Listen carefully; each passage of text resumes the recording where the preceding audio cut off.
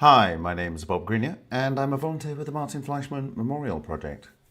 So welcome to O-Day, Shielding Opportunity, Enabling Relentless. Thank you for joining me this 22nd of September 2024 and happy birthday to Corky Goss, who's in the house. I have an echo, do I?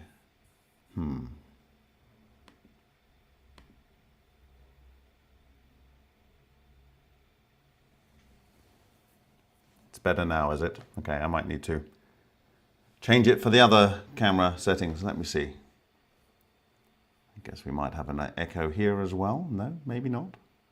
Yes. I'll kill the echo there. It should be gone now. And we should be okay on this one.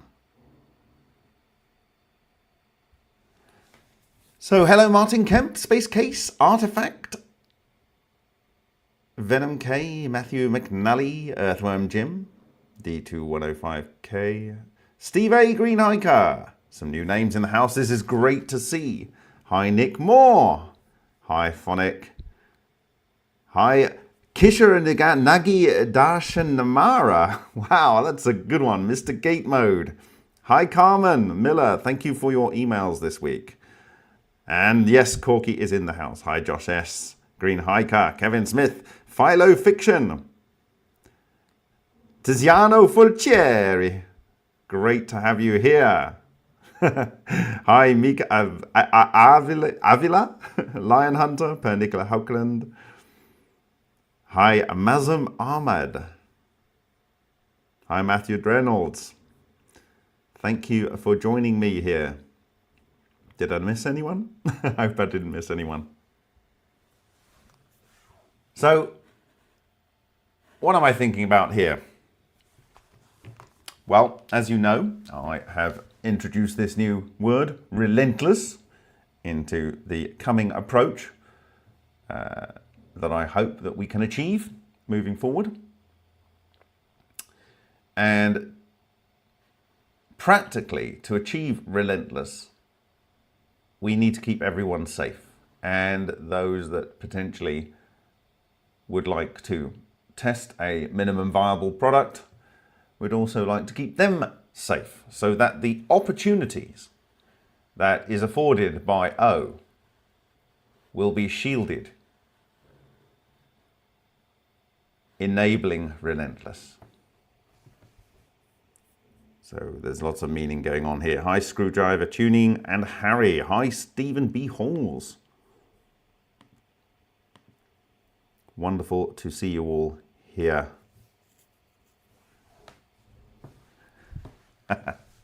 Okay, so as you may be aware, I have recently talked about the 3 aims of the Martin Fleischmann Memorial Project. These are completely unchanged from the original 3 aims on quantumheat.org. The first aim was to show the world there was a new practical primary energy source.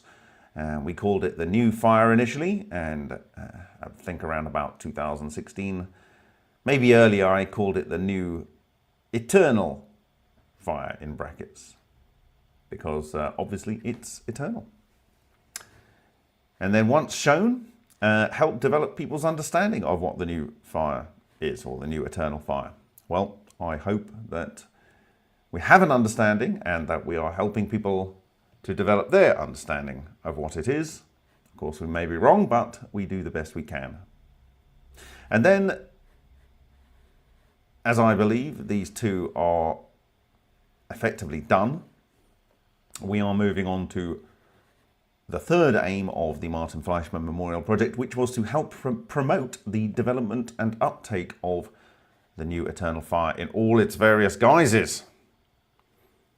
And to that end, we are talking about the term relentless. And this is a slide from the presentation that was made here, which I have shared from the Advanced Energy Systems Symposium, Seminar, whatever you like to call it, here in Brno in the Czech Republic. Thank you to all those that came. And Number one is to ensure that key historical work is not lost. And I can say that Jordan Collin has been here for a little while. He's been helping me to start processing the material from one Dr. Takaaki Matsumoto. His wife joined him a few days back so that he isn't without wife, which would be terrible. And they're working together at the moment, which is fantastic. So thank you to them. And there will be a Kickstarter coming soon about this, and you will have an opportunity to secure for yourself a print, for instance, of the original prints from Matsumoto's work, his journey.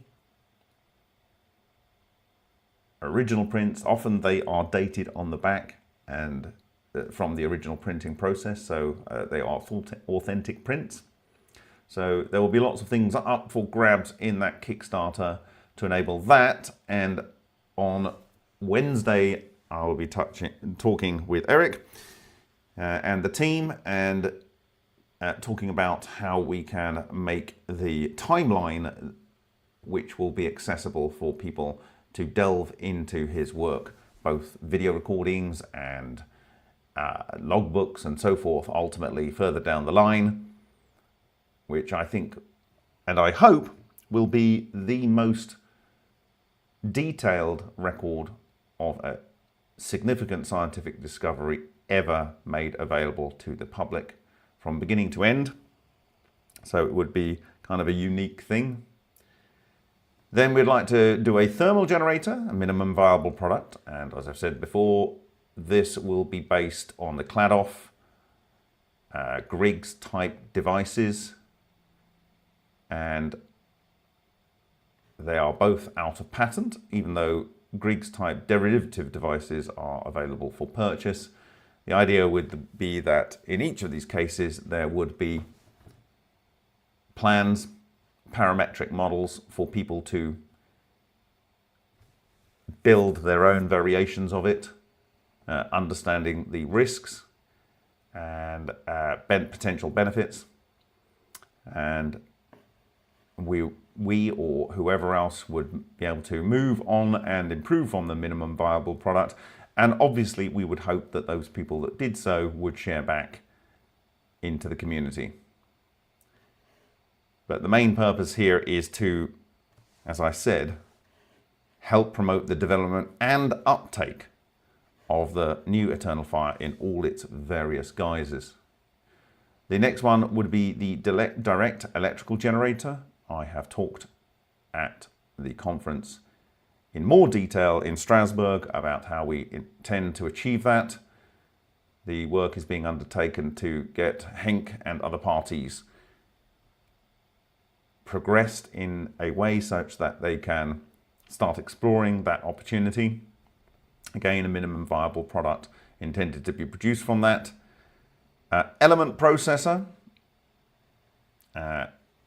most specifically for remediation of nuclear waste. And there was an experiment done that I wanted to do for a long time. As you are all aware, that is the experiment of testing carbon-14 accelerated beta decay.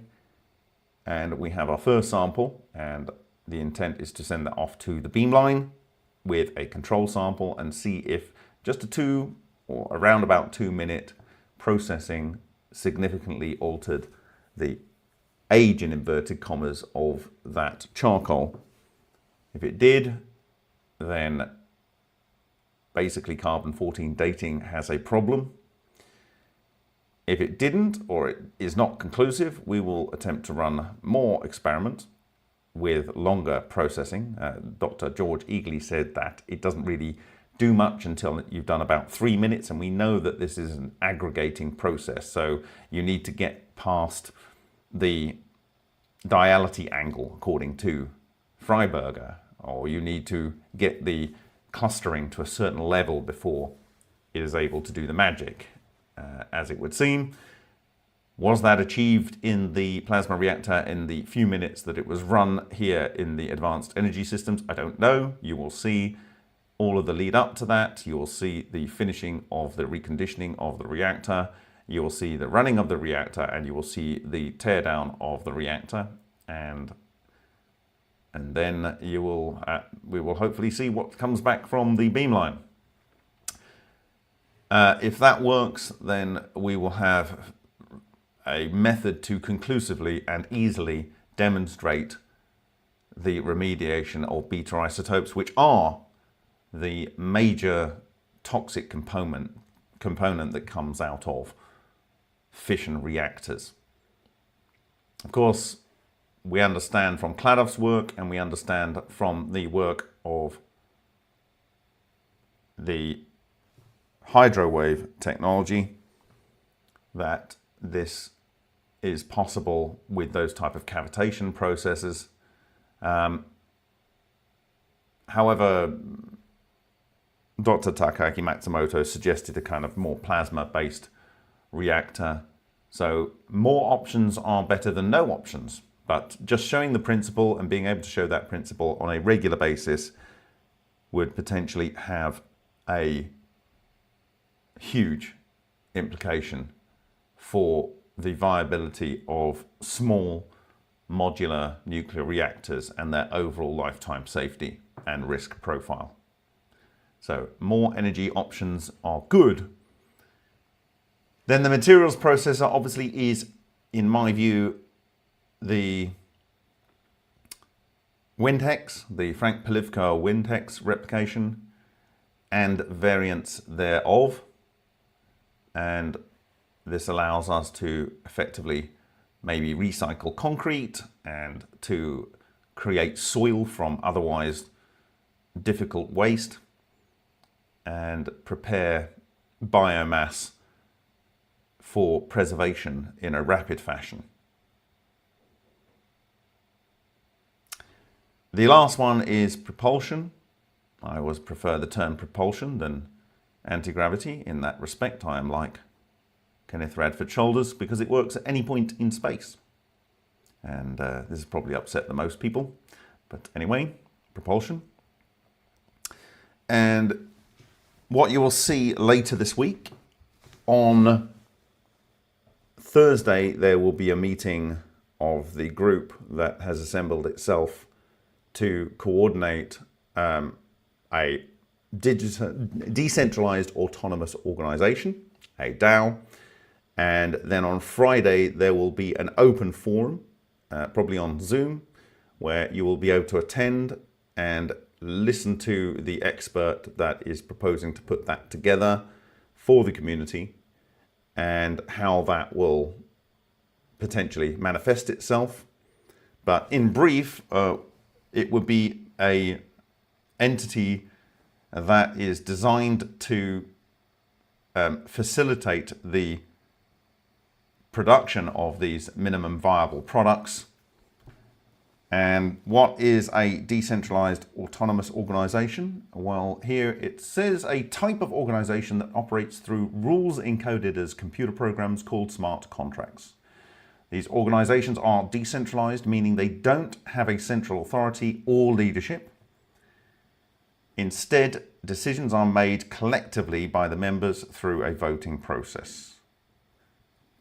DAOs are built on blockchain technology, which ensures transparency and security. This setup allows for a community-led approach where the organization's rules and transactions are recorded on the blockchain, making them tamper-proof and accessible to all members. So the idea here is not only are we relentless, but the aim is to be resilient. That is, it's not an organization that is controlled by people that could be taken down. It is not country specific. It is all of humanity based, and that the information and the processes and whatever transactions are going on are stored in the blockchain and therefore drilling into by parties interested in being part of the process and observing the process in action. So I've got a couple of other notes here on DAOs. I'm not an expert in DAO. That expert will be there on Friday to talk about this with people. But here's a few things from ChatGPT, which may be wrong because it's a big circle jerk, but the expert will be there on Friday. But the DAO will have a treasury, and it's a crucial component of a decentralized autonomous organization, and it's responsible for managing the organization's funds and assets. And here is a breakdown of how it typically works. The funding sources are from for the treasury is funded through various means such as token sales, transaction fees, donations, or profits from investments. The management and allocation, the funds in the treasury are managed according to the rules set by the DAO's smart contracts. These rules dictate how funds can be allocated for different purposes like development, marketing, legal expenses, and other operational costs. Voting and proposals. Members of the DAO can propose how to use the funds. These proposals are then voted on by the community. If the proposal receives enough votes, the smart contract executes the transaction automatically. Transparency and security. All transactions and fund allocations are recorded on the blockchain, ensuring transparency and security. This allows members to track how funds are being used and ensures that the treasury is managed in line with the DAO's objectives. Long-term sustainability. Effective treasury management is essential for the long-term success of the DAO. It ensures that the organization can sustain its operations and achieve its goals without running out of funds. Okay, so that's supposedly about DAO treasury. Like I say, the expert will be there, as I understand it, on Friday for the open community call. This is, as far as I can understand it, the best way we can have an open, traceable, self-recording process by which the community can watch the process of development of these minimum viable products. And it's supposed to be resilient. I've called for the most important thing of the organization to be resilient, such that the information that's put into it cannot be taken down and the organization cannot be taken down, and those kind of aspects. A DAO, a decentralized autonomous organization, has several features that can make it more resilient compared to traditional organizations. Firstly, it has decentralization. Unlike traditional organizations with a central authority, DAOs distribute power among all members. This reduces the risk of single points of failure and makes the organization more robust against internal and external threats. Transparency. All transactions and decisions in the DAO are recorded in the blockchain, making them transparent and easily auditable. This transparency helps prevent fraud and ensures that all members are aware of the organization's activities. Smart contracts. DAOs operate through smart contracts which automatically execute decisions based on predefined rules. This reduces the risk of human error and ensures that the organization operates consistently and fairly. Community governance. Decisions in a DAO are made collectively by its members through a voting process. This democratic approach ensures that the interests of the community are prioritized and it can adapt quickly to changes or challenges. Global participation. DAOs can attract members from around the world, bringing diverse perspectives and expertise. This global participation can enhance the organization's resilience by incorporating a wide range of ideas and solutions. Immutable records. The blockchain's immutable nature ensures that once data is recorded, it cannot be altered. This provides a secure and reliable record of all transactions and decisions, which is crucial for maintaining trust and accountability. So I think based on that kind of overview, and we will hear from the expert that is doing the work to set up the proposed DAO, you will have your input right at the beginning of this process. And I think unless anyone has a much better idea about how to make a resilient organization that is easily traceable, trackable, and that we can all participate in the voting process on, I think it's probably the way forward to enable the relentless process. So I don't know whether you've got any comments there. I'll just have a quick look before we move on to the main subject of the day. But I just wanted to give you a heads up with the intention that we have been working on over the last several weeks for the community, several months actually.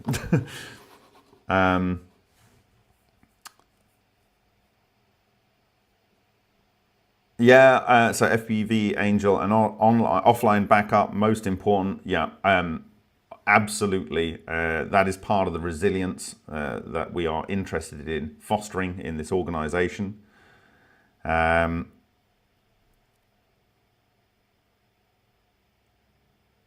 Yeah, so there's, I have a lot of questions. I put some stern requirements on the structure of the DAO, but ultimately it is an organization that will be community owned and led, and I believe that that is the right way to do this.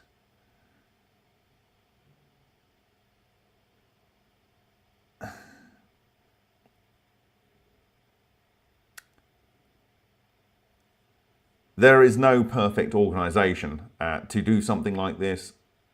The kind of thing that I'm proposing with Relentless hasn't really been done other than for something like the Manhattan Project. Obviously, in the case of the Manhattan Project, the individuals were sworn to secrecy. That's not what we're trying to achieve here. We're trying to achieve swearing to open approach. The people in the Manhattan Project were extremely well funded, offered incredibly good working and education for their family and pensions and housing and all of the rest. That is not what we are proposing here. So, like, if there is an incredibly much better way to move forward and achieve this in an open way where community participants can interact with the organization, then let's hear it. But DAOs exist for a reason. And so I've asked for the person who's an expert in this to give examples. I'm sure you can find them of successful DAOs. And yeah, we shall see. Like, I'm pretty much as new to this as many of you are, but we can't find ourselves in another 12 years still talking about shoulda, woulda, coulda. We need to take this to the next level. We are on stage 3 of the aims of the Martin Fleischmann Memorial Project, and we need to find a way to deliver on the opportunity. Okay, so that is that. Right, so what are we talking about today? Well, I will go back and we will start. So the opportunity really is huge with O. It's actually ridiculously immense, and these opportunities are highly disruptive to various industries, incredibly disruptive. And one thing, thinking about the protection of the relentless process, is to shield it from attacks that were and have been very successful in the past. That is, attacking parties that are doing the research, attacking the organization, attacking the finances of the organization. And we are in a weird situation that possibly we are dealing with a technology that does not produce ordinary radiation. It appears to do nuclear processes, but it doesn't produce the radiations that everyone knows about and can detect. And those are alpha, beta, gamma, X-ray type radiation. Although in certain circumstances, things like X-rays can occur, and that is what we will address in some of the discussion tonight. The major component that we need to shield from is when it is generally accepted that magnetotor electrical radiation, exotic vacuum objects in the neutral form, strange radiation are a thing, and this will be, in my view, accepted in time, even by the mainstream community, that they then potentially suggest that this is a reason why people cannot work in this space. So at the Advanced Energy Systems Conference, I reiterated my desire for someone to take up the opportunity that has been afforded by the results of the Dubna Research Facility and Shishkin et al. In shielding for magnetotor electrical radiation, EVOs, strange radiation. And I detailed that the way that I would approach that initially would be for the shielding of the radiation of this type that is produced from the ionizing radiation that results from granite and or radon. So when you have uranium and it decays, you get radon 222 or whatever it is, and this has high energy emissions, and these can produce magnetotor electrical radiation and clusters, and that these have secondary issues, and we're going to address some of the science that has explored this, and also the opportunities in there. And there were one of the people here today who's in the chat, he and a friend or colleague of his, a Swiss guy, so an Italian guy who's a nuclear physicist, and a Swiss guy who's an investment stroke real estate guy from Switzerland, so an Italian physicist and a real estate sort of investment guy from Switzerland. They, as I understand it, first saw me present my initial thoughts without having looked at any of Malcolm Bendel's thunderstorm generators. My initial thoughts in Zurich last year, and they came also to Strasbourg. And after my presentation, they approached me and said, could they come to the conference here in Brno? And I said, okay, yeah, that might be possible. There's a bit of space. And so they joined at the conference here in Brno. And whilst we were in Strasbourg, they said that they were looking for things that they could take to market. And so I thought, as I've said this a number of times, I would like to see this taken to market, this shielding, and particularly from a helping people that are living in high radon areas.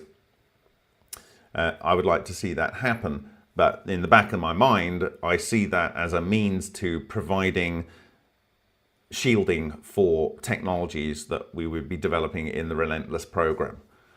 And after the conference, they said they were driving home and they were thinking of things that maybe they could get involved with.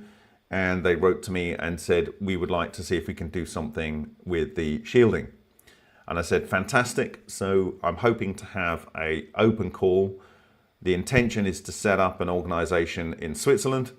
And this would be looking to work with a lab and to test various shielding approaches with generators potentially of strange radiation, and to test their effectiveness, test the ones that are already known and in the patent by Alexander Shishkin, which we're going to have a look at, and some of the implications there, and develop a massive production of the type of material that is required, both in paintable form and in pre-prepared cuttable sheets that people can use to shield their reactors. So, for instance, if we are to assume that the thunderstorm generator has these flux loops coming in and out, then it would be using this technology. So if it is, that would result in potentially the emission of strange radiation. If we are to assume that it is not doing this, that is to say it is not able to do nuclear transmutation through charge cluster based process and the exotic vacuum process, and we say that the thunderstorm generator absolutely cannot do exotic vacuum object plasmoid based transmutation of matter, then we don't need to worry. But if we're saying that it does, then we would really like to have in place a organization that's able to produce the shielding material to make those devices safe. But more than anything, as we go through the relentless development process of technologies that employ this underlying science, thank you very much, Vanilla Isis, for that $20 donation. It's very, very helpful. As we go through this process of researchers working on developing the minimum viable products for you, the world, right? They will be potentially putting themselves at personal risk with the type of radiation that is not accepted in mainstream science. We don't want them to go and suffer that risk.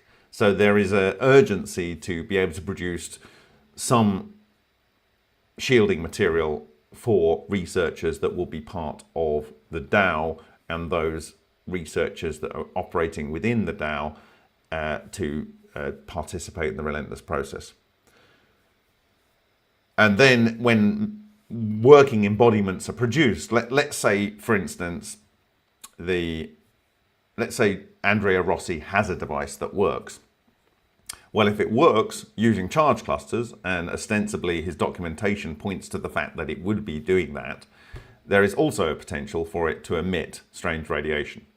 And therefore, those devices, whatever they may be, will need shielding. And I'm not saying this will be the best shielding that could ever be produced. What I'm saying is we need to minimize the exposure to this radiation as we understand it. And ideally, when we have working devices of a range of type of devices, obviously particularly cavitation devices, they seem to have a very high flux of emissions of this, and we'll look into this. And also anything that has spark gaps and anything that has fast rotating objects, this will be critical. Yes, so Lion Hunter, thank you for your $40 donation. That's very appreciated. Yes, using a cavitator for the strange radiation source. So we have right now, Benjamin Huang is in the process of moving towards commercialization of cavitation-based heat system. Now, in some cases, perhaps in many cases, large-scale heat production systems using cavitation, which in my view will produce strange radiation emissions, could be sited in places where those emissions would not affect any biological material in any significant way. But it would be great if these modular devices could be deployed anywhere, knowing that there was a minimization of emissions. So as I said before, I've literally seen a generator that says no one should be anywhere near this generator when it's operating in this city of Brno, outside a container that's over a manhole, and the generator is operating, and there is a woman with an infant in a pram not more than a few meters away.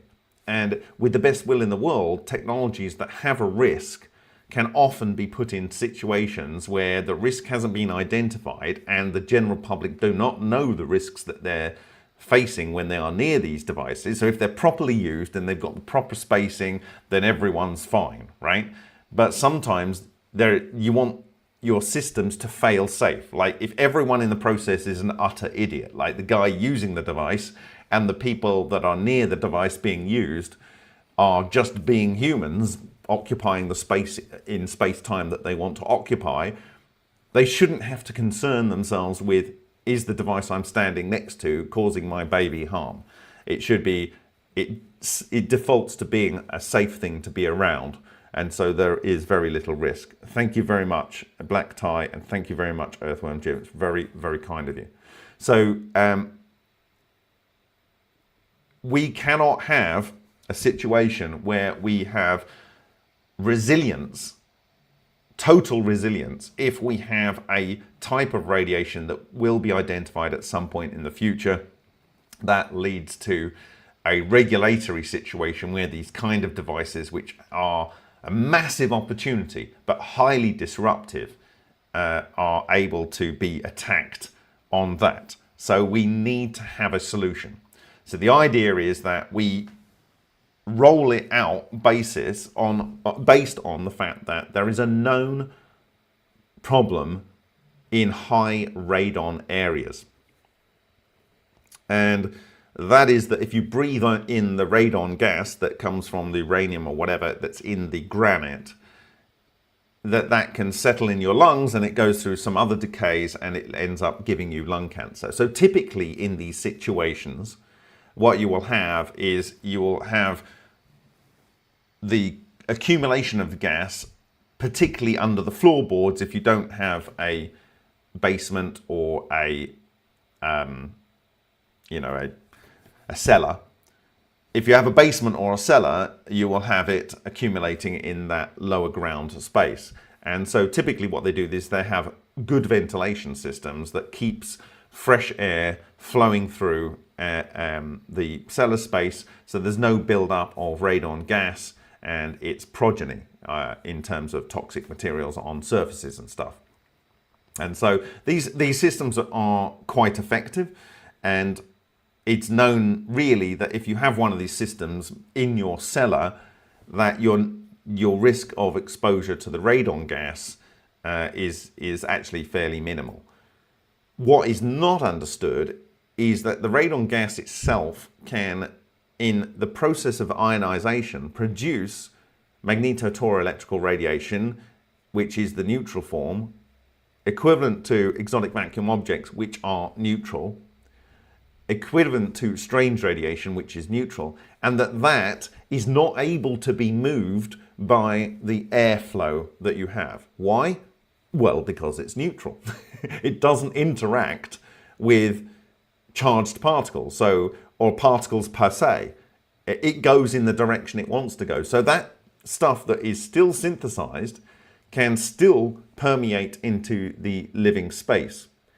And it is that thing that currently is not being shielded for, that whilst it might not have necessarily the lung type cancer issues, and it weirdly might have, and don't quote me on this, and this isn't health advice, it might have at certain stages in someone's life a actual net benefit, and we'll see how that occurs.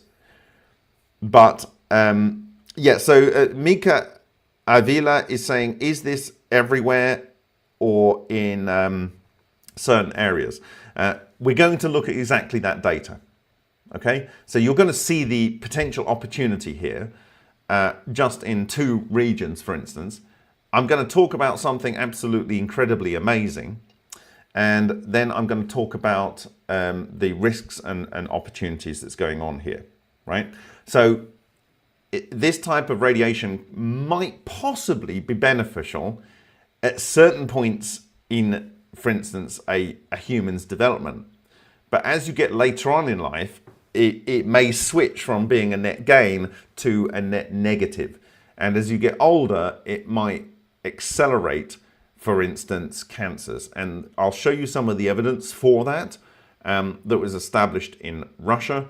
I will show you some anecdotal evidence and some very weird things that as an electrosensitive person and my personal history, I want to explore with you in this video. And possibly, I think this might be the most important video in the history of trying to get this technology usable by humanity in a safe way. Okay. Right, so I'm just going to see if there's any comments here. Right. So I'm going to look at a couple of papers and things by Shishkin. And the first thing I want to talk about actually is radiation per se a problem in the local environment? Well, I actually used to live in Kerala, as you may know, and I have exposed myself to some beaches where it has placer deposits of thorium, I mean very high levels of thorium material, where there's a very high background radiation. And I've spoken about this before. I think I've even shown the papers before, but I'm going to show it again here. And this is on PubMed, and I will bring up the link now and we can have a look at this. And this is actually one of the highest areas of background radiation in the world. And it is literally on the beaches of Kerala, and the people that are exposed to the highest background radiation are the fishermen of Kerala. And they're some of the first people I ever met in Kerala, and I helped them haul in some large tuna before the Japanese fishing boats got there a couple of years later and basically made that a bit difficult.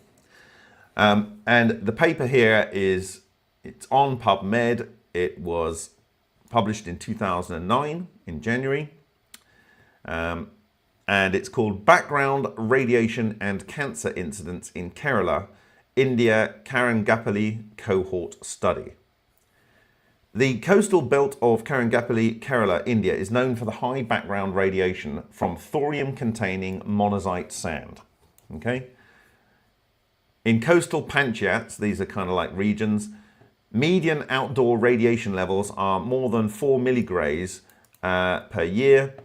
In certain locations on the coast, it's as high as 70, I think that's milligrays per year.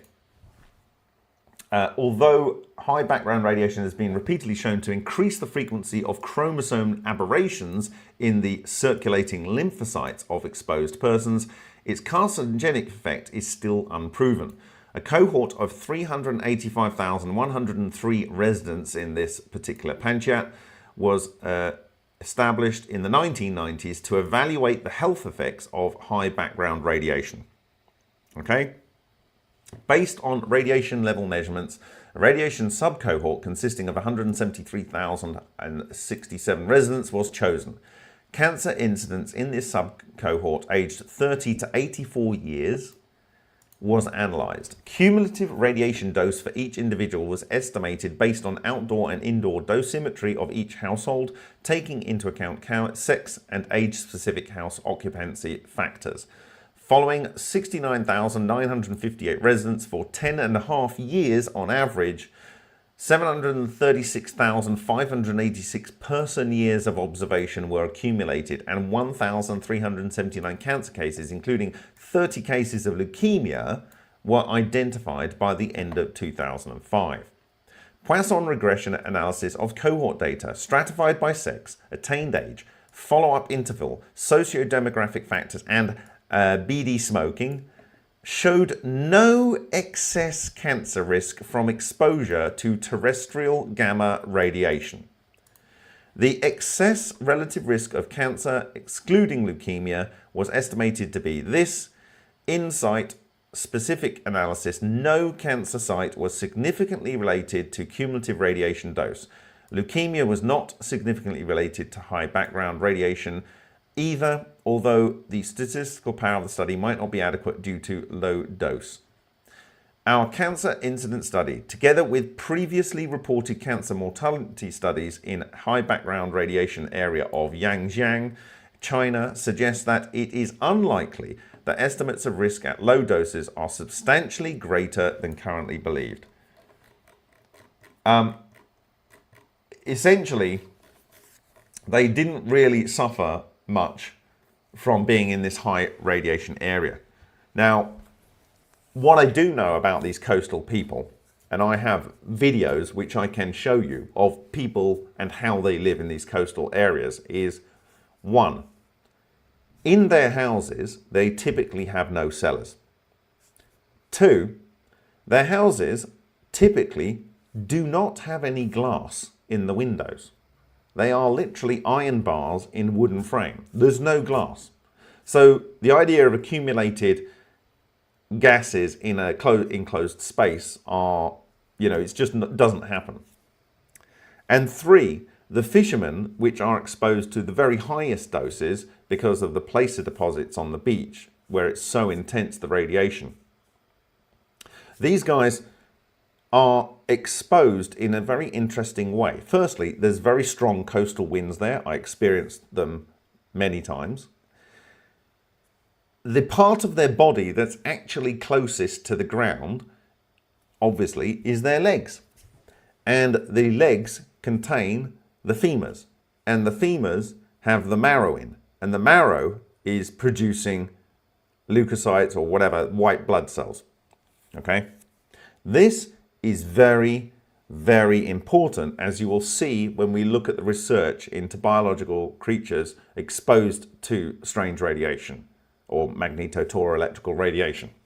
Okay, so my argument, and I'm just going to put it flag in the sand here, is that, and you'll see the data, that exposure to strange radiation, chi, life force, condensed life force, which it can effectively appear as, and you'll see a bit of this, it actually takes part in biological processes. And when you can condense this material and put it into a carrier medium, it can accelerate life. It accelerates cell division. And you'll see in one study where it accelerated or modified the rate of production of nucleation of cells in the bone marrow, and also the presence of the level of white blood cells in the body. And these type of white blood cells produce hydrogen peroxide and they destroy cancer cells. And you could have a scenario where the immune systems of people living in Kerala are constantly charged and driven hard by exposure to this type of radiation, such that if they do develop nascent malignant cells, that they are appetized or apoptized, or basically caused to self-destruct or are killed by this hydrogen peroxide method that the body has as part of its method of destroying rogue cells. And this fits with my proposed method of using strange radiation as a means to treat non-leukemia, that is blood-based cancers. Blood-based cancers, obviously the blood is there, and so it will also go through potentially a treatment zone that would be focused on, which I've mentioned in the past, the femur of the animal. This is not health advice. This is based on cutting-edge science and my understanding of a type of radiation that is not generally recognized, but I think we are going to be potentially coming into a new golden age of understanding the relationship of what radiation can do in terms of creating something that accelerates life, and how to skew that life promoting force to extend life rather than cause damage in life. Okay, so essentially we have a situation where the highest radiation place on Earth, which is where I used to live, and I used to go to these beaches, as I've said many times, often on the weekend to chill out and lie on this sand and surf next to this sand. I feel rudely healthy, and I don't think there was any problem with me exposed to this. And here it is, the evidence over many hundreds of thousands of person years that they don't find a particularly different ratio of damage to the persons living there. Right. Now, for those that don't know what I'm talking about with strange radiation, we're going to show a quick video, or rather a, let me find this video, and it's called A New Type of Penetrating Radiation by Alexander Shishkin. And we'll just run through this here quickly. Make a new tab here. And we'll go through the adverts, because that'll be annoying.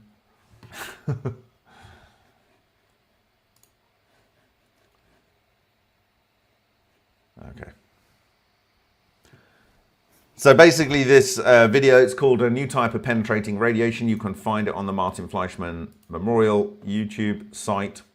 And it was presented in October 2018. I had the pleasure of witnessing it there in Sochi. In the introduction to this, I talk about the fact that the first, or the discoverer of characteristic X-rays, Charles Glover Barkla, and he received the Nobel Prize for the discovery of characteristic X-ray radiation, which is how we determine elements typically in ordinary matter. He actually found this thing that he called J radiation, or the J phenomenon, and he spent basically the rest of his life trying to work out what it was. It was these high energy photons that were being, or energy particles or something. And several other people at the time tried to observe this, and it was never really nailed down what this type of radiation was. And I also pointed to the fact that Martin Fleischmann talks about these high energy things that can't come from even the K shells in a atom, where they were possibly coming from. And this was an interview with Christopher P. Tinsley in Infinite Energy in the 1990s. And so this was my introduction to his presentation, and you can go and have a look at this in your own time. And they are talking about this common cosmophysical factor. You should go and read the 2012 account by Simon Schnoll, and who basically says that all random processes in chemistry, biophysics, and physics, including fluctuation, the decay rate of radioactive elements, they have some common cosmophysical factor, an agent which actively influences all of these random processes. And this is the cosmic flux of these clusters and available clusters in the environment. Okay. Now, he then goes on to talk about these traces that he observed in the case of a cavitator. And there were these little birdie traces that we know now. And he will show the device here. They found these pits and these kind of like weird tracks left behind underneath the birdies. And they were determined to be caused by these blowing up structures. And he gives a list in this presentation of the type of devices that produce these type of radiation emissions. Hydrodynamic generator, so this is like a cavitation device. From revolving bodies made of various materials, and he quotes titanium and cadmium here. So when you've got something revolving quickly, it will produce these things. You can get it with materials that have been irradiated with gamma radiation, as well as from actual gamma sources. So like if you irradiate some materials with gamma sources, they can aggregate these clusters, and then later on the material can re-emit the charge clusters that have been captured, let's say, by a piece of metal. Okay, and these things are the same as exotic vacuum objects. They are the same things as Ken Shoulders were talking about, and we know that these things can live in metals indefinitely, and we've also identified that they can live in the oxygen dissolved into water. So they can come directly from gamma sources, and obviously John Hutchison used uranite. So uranite would produce gamma sources, and the gamma sources would therefore produce these strange radiation, these magnetotor-electrical clusters. You can do high voltage pulses and observe it on X-rays. corona streamer discharges. So these things will actually be produced from anything where you get a corona streamer. What is a corona streamer? This is what you see in a plasma globe. This is what you will get producing these structures. And then lastly, from Shakhparov and Spielmann, the Shakhparov generator, the Mobius strip generator, we have shown before. Okay. And then he talks about what they are determined with these craters is that they could establish that depending on the atomic weight, that they could determine the diameter within 5% with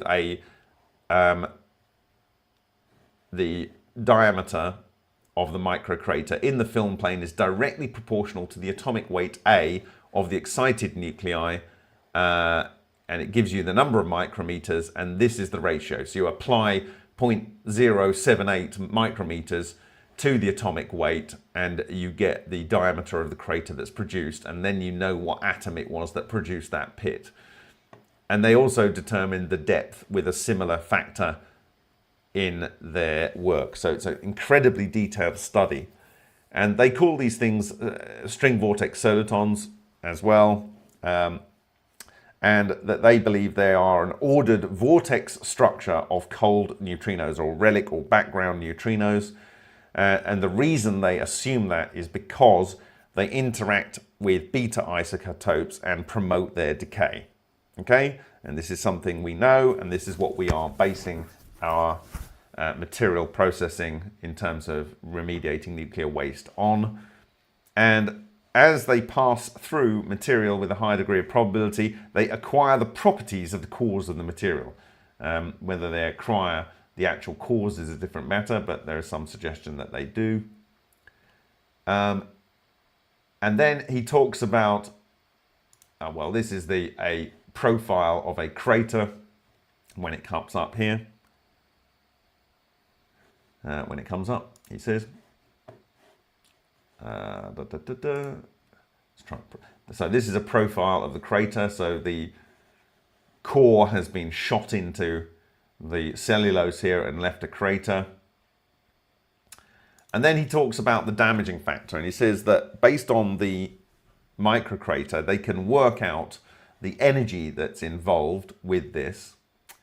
And then from that, they can work out that this has the equivalent of 23.6 mega electron volts, and the damage that will do to red blood cells is saying that if you absorb that energy, the red blood cell will be fatally damaged, i.e. that the red blood cell will be destroyed by the particle being shot out of a failing exotic vacuum object / magnetotoroelectrical cluster. For white blood cells, for leukocytes, let's say, because the mass is bigger, they say it could cause damage to the leukocyte, and this could lead to leukemia. Okay, blood cancer. Okay. So he shows several other things here, and he talks here also, he's talking about the risk from a cavitator, his particular cavitator, and how he calculated the risk. And his conclusion is that irradiation of the human body for a short time in the location of his particular cavitator can lead to irreversible consequences. This is an extremely intense warning. This is something that needs to be resolved for all of these different types of material processing, energy producing devices. He says, what are the consequences of experimenting with, for example, Andrea Rossi reactors, the Vachaya facilities? The Vachaya facility was a recirculating fluid or gas. So for instance, you would take flue gases from a smokestack from, say, a toxic waste burning facility, or it could even be just the smokestack from a hydrocarbon burning reactor, and you would send it round this loop, and in the loop you would have a coil producing a focusing of a magnetic field in the line of the loop, and then you would have some big electrodes that had some pulse discharges. And what this did is it transmuted that material typically into metals, like, I guess, titanium, silicon, iron, these metals that seem to be regularly synthesized from this process. But they're saying that this Vachayev process, and you can go and look at the patents of Vachayev and the replication. Sergey Godin did a replication of the Vachayev waste processing material. And this was also for liquid waste as well, like you had toxic waste and you would pass it through the Vachayev. There would be emissions of this type from Vachayev reactors, and anything similar that did this process using exotic vacuum objects and or the equivalent string vortex solitons, charge clusters, these things which are magnetotoroelectrical radiation. He says, with plasma discharges such as that of Anatoly Klimov. So Anatoly Klimov has done these plasmatron experiments, which I shared an image of in Strasbourg, showing both this, like, the wonderful thing about that plasmatron experiment is it is basically the PAP engine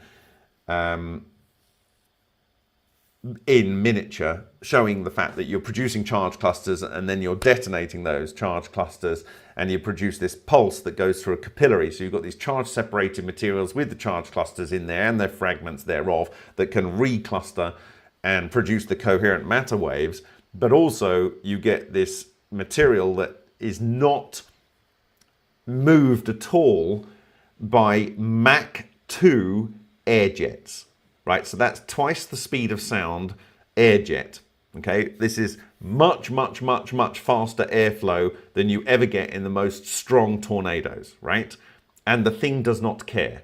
And this is what I'm talking about, producing this type of radiation that is impervious to flow of air. The normal means by which you clear the products of radon gas, the products of uranium decay, and to a certain extent thorium decay, although it's a different radon gas, and you clear those and vent those out of risky areas.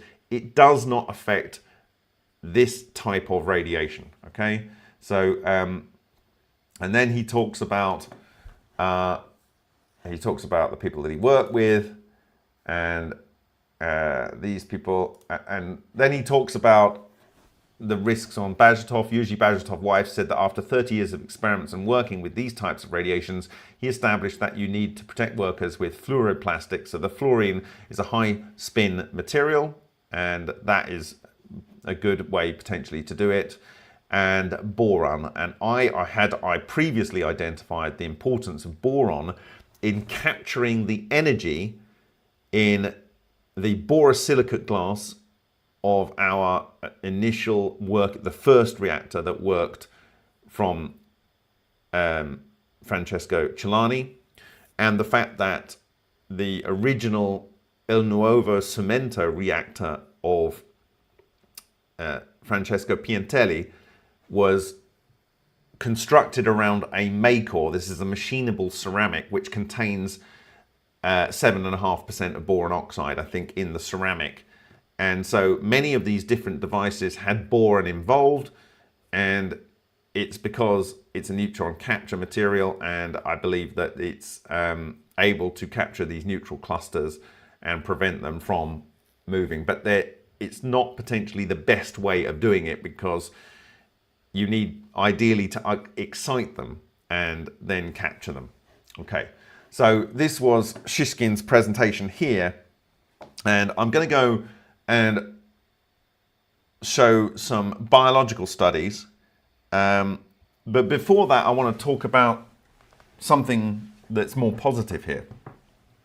And that is that I felt very blessed about the place that I was born into. I thought it was a very special place. It's called Worthing.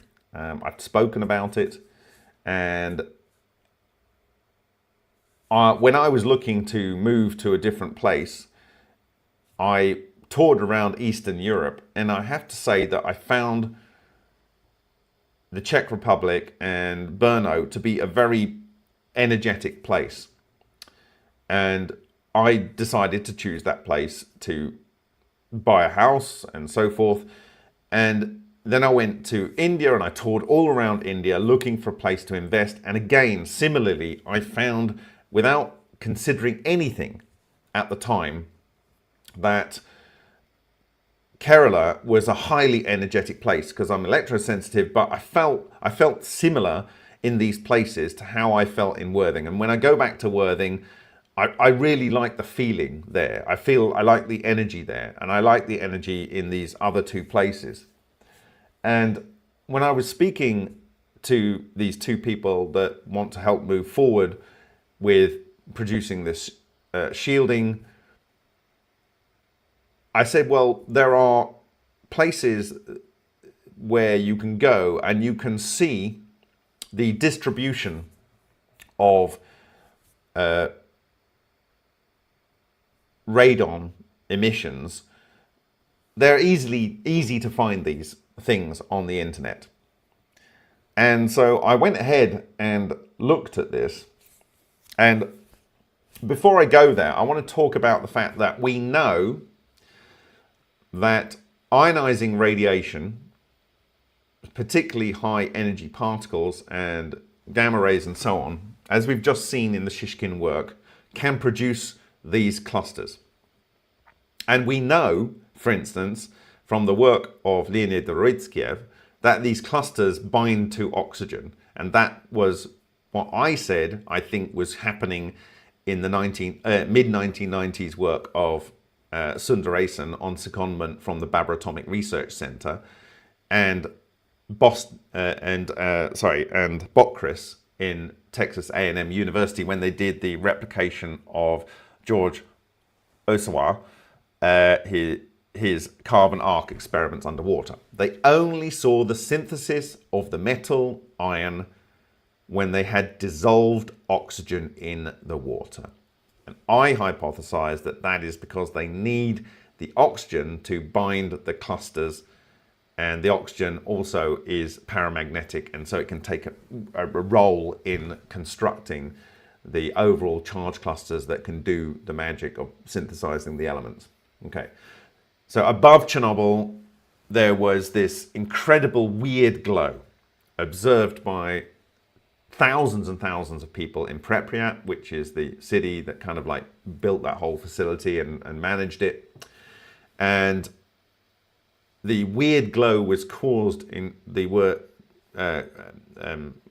statements of Leonid Dorodzhiev because, in his view, these low-shack monopoles, these monopole structures, these charge clusters were binding to the paramagnetic oxygen and changing the orbits of the electrons such that when they were promoted with other ionizing radiation and then decay emitting the photon were not the ordinary photon that you would see from ordinary oxygen being ionized.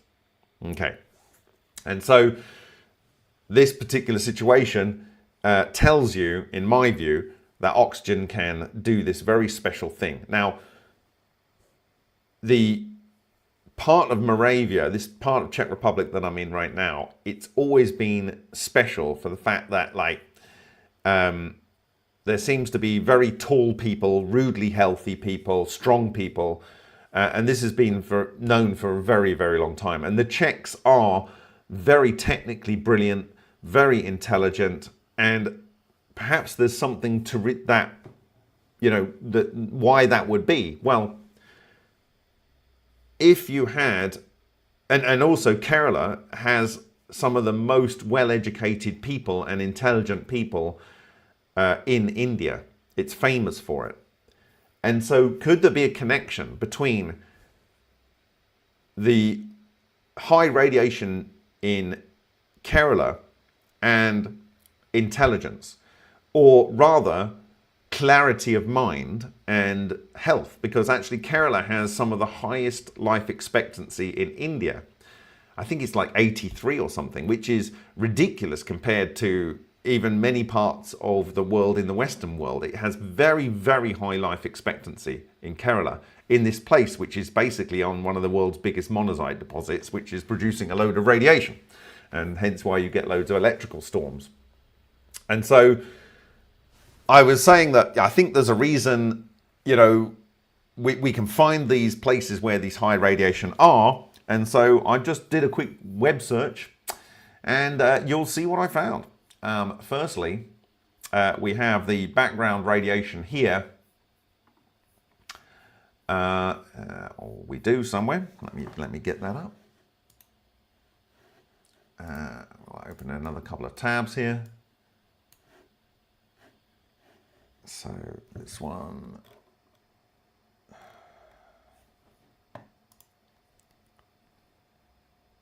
Oh no, I've got it somewhere else here.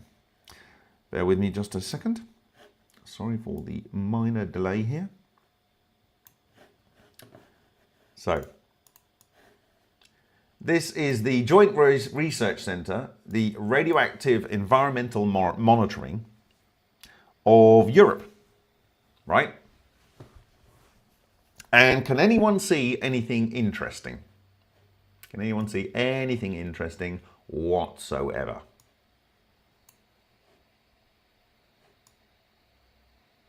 Now, just to let you know that 0 becquerels per meter cubed to 20 becquerels per meter cubed, and each of the boxes on this is a 10 by 10 kilometer average. That is this kind of like purple down here. Okay. So if we go to the Netherlands here, where it's all sand and silt and mud, there's almost no radiation whatsoever in the Netherlands. Okay. If you go to London here, you can see again, it's very little radiation there. Okay. But does anyone notice anything? Can you see it yet? Not on this iPhone. Sorry, Gordon. UK, very good 3. The Czech Republic is surrounded by mountains here, here, and here, right? It's not surrounded by mountains here. But the Czech Republic is literally marked out as being the heart of Europe, the beating heart of Europe, the incredible high radiation zone of the Czech Republic. Okay?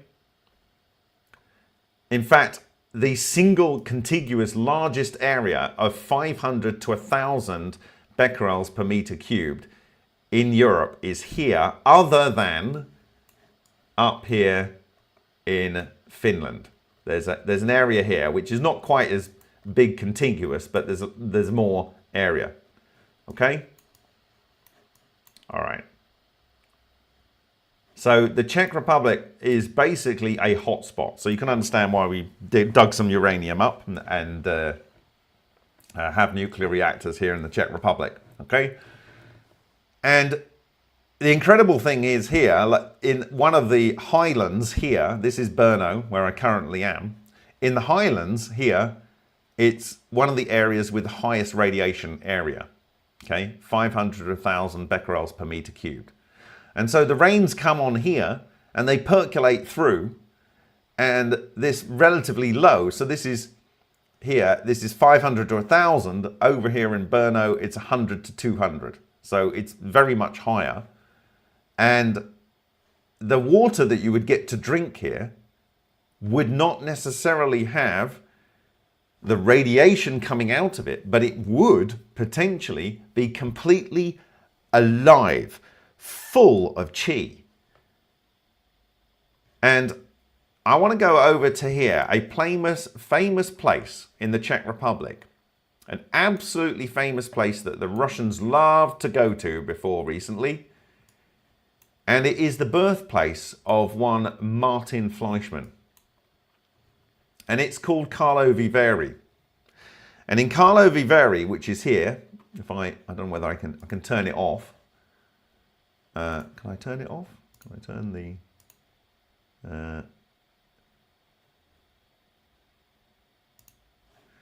Anyway, this is Karlovy Vary here, and in the highlands around Karlovy Vary is the highest area of radiation in the Czech Republic, 1,000 to 2,000 becquerels per meter cubed.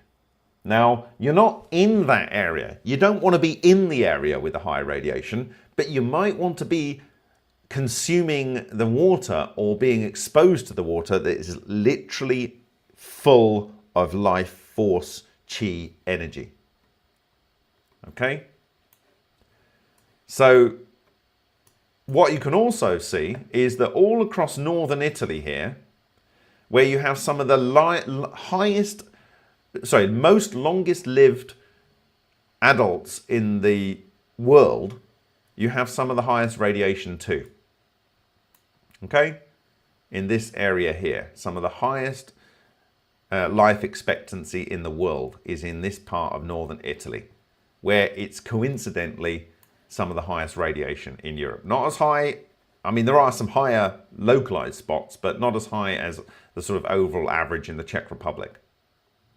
Now, everyone knows about Cornwall in the UK with its high radiation. But if you actually go here to a map of radon in the UK, okay, so this is the UK. We're going to show the radon data here. This is Cornwall.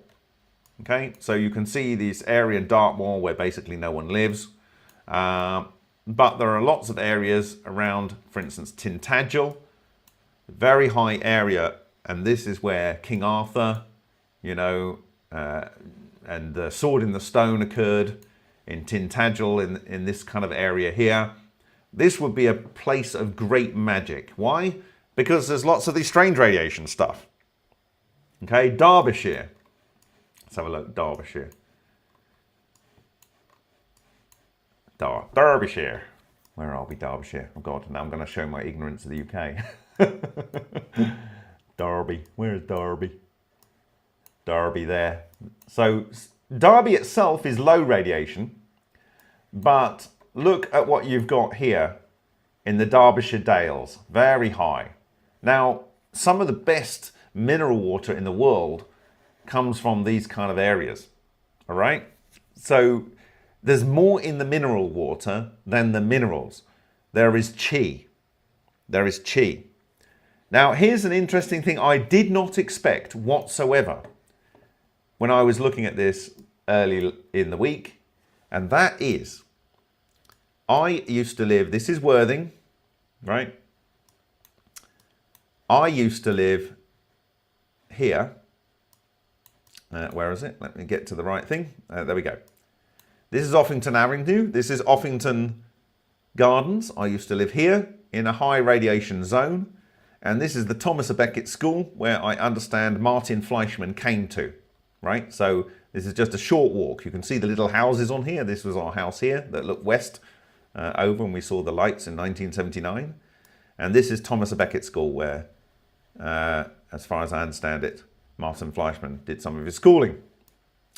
And so this is a high radiation area relative to most of the southeast. You can see it's just this little band down here towards Eastbourne and Brighton. There's also another bank over here in Dover. So I have this weird situation where I wasn't as lucky as Martin Fleischmann. It's probably why he's far more intelligent than me. I wasn't lucky enough to live in Karlovy Vary, this key spa town in the Czech Republic where he was born, next to the highest background radiation source in the Czech Republic. But I suspect that the water there is extremely good, right? There's a thing called Karlovy Vary International Airport. And if you actually go to Karlovy Vary, as I did a few years ago, it would appear that nearly half of the town was owned by Russians, and they would fly directly from Moscow to Karlovy Vary International Airport to go to the spa. That's how keen they were to go to this spa. And here is this high radiation zone. So I am suggesting that if you are living in a place where there is access to mineral water that comes from a high radiation zone but is not containing the toxic compounds in there. It's filtered mineral water, but the filtration does not remove the chi that gets bound into that. You are able to consume high life force water. The same kind of thing, to a degree, that is synthesized when you have an electric storm, which, by the way, is caused by high static electricity in the environment. But some of that gets imbued into the water that rains, and why rainwater is so much better for growing plants, because it works with their desire to divide, than ordinary tap water. Tap water might be possibly the worst thing you can drink, but here's the thing. Are we at the point of very, very well understanding how it is that you make living water? You oxygenate it and then you charge it. You don't want to be near the charging process, whether you're using corona discharge or you're using cavitation or whatever. You don't want to be near that unless you have decent shielding around the device. But you might want to be drinking the water. And in fact, you're going to see the cavitation device of Shishkin. And like many people that have explored these sciences, he found that when this water was fed to seedlings, or seeds, they germinated faster and they grew with strength and disease resistance. And so I think this is a really interesting kind of confluence and coming together of all of this understanding. So this is the kind of positive interlude that I want to say here, is that don't worry if you are living in a very high radiation zone, or rather proximate to, or proximal to a high radiation zone. It's good if you've got the water, and the water is free from lead and it's free from the toxins, but it is energized by the processes of the earth, okay?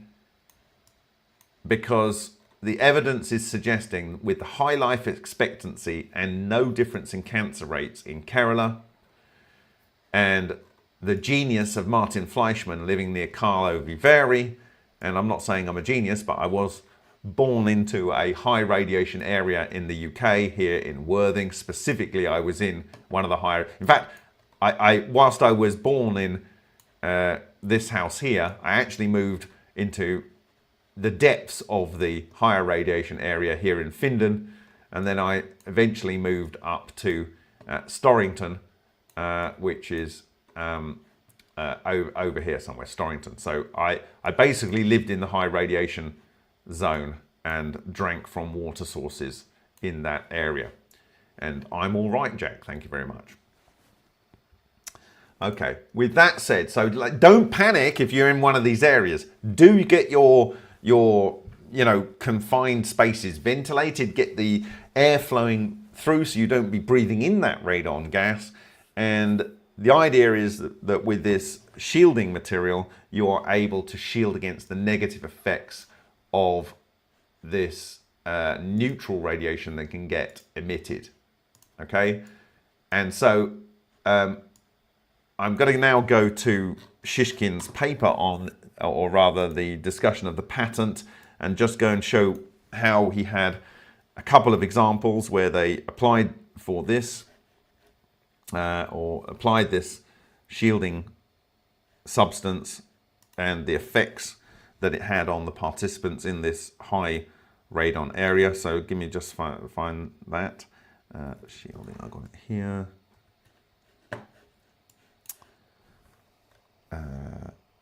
Okay.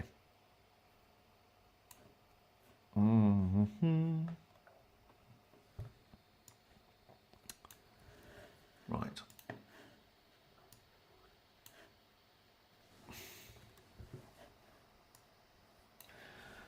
Okay, so in the blog it's called ODE Method of Protection from Strange Radiation.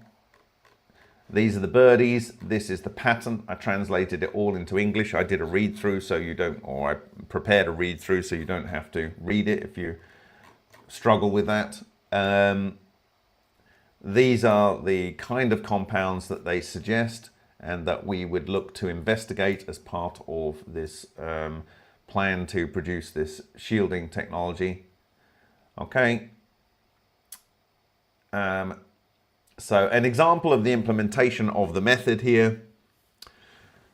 After construction and finishing of the premises for an individual residence of a family of 4 people in a country house, it turned out that the well-being of those living in it had begun to noticeably worsen.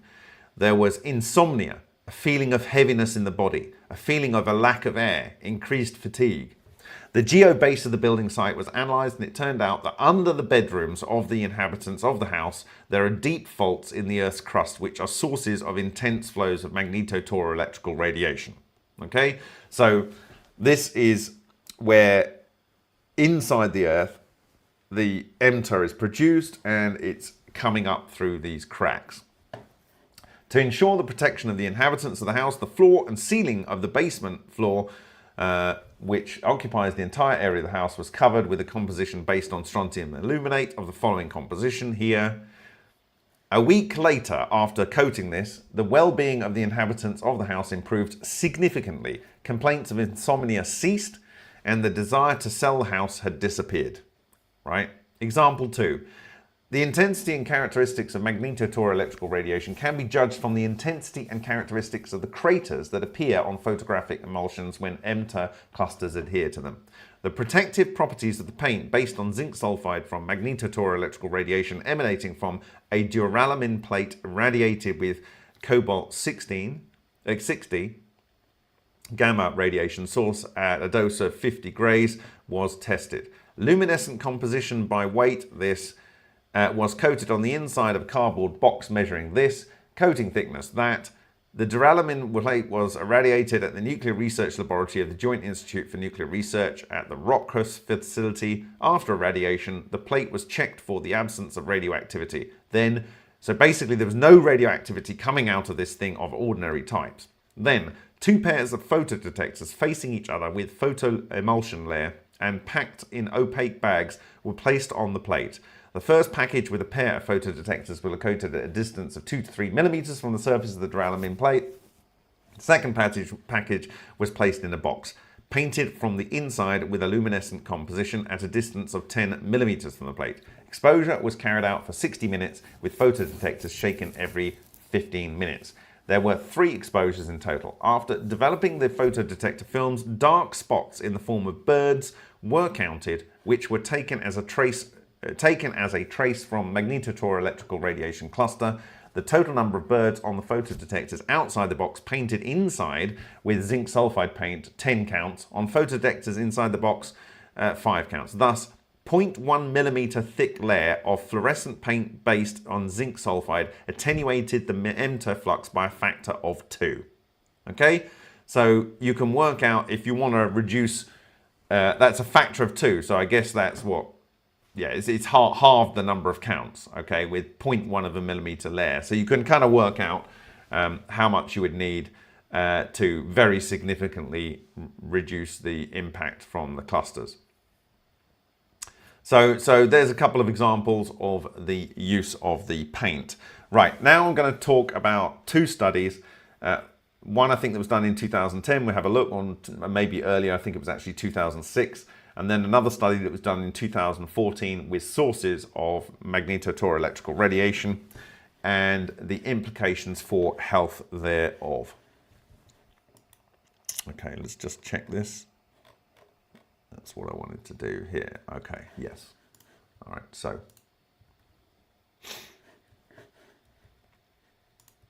Now this is when we're going to really hit the metal here.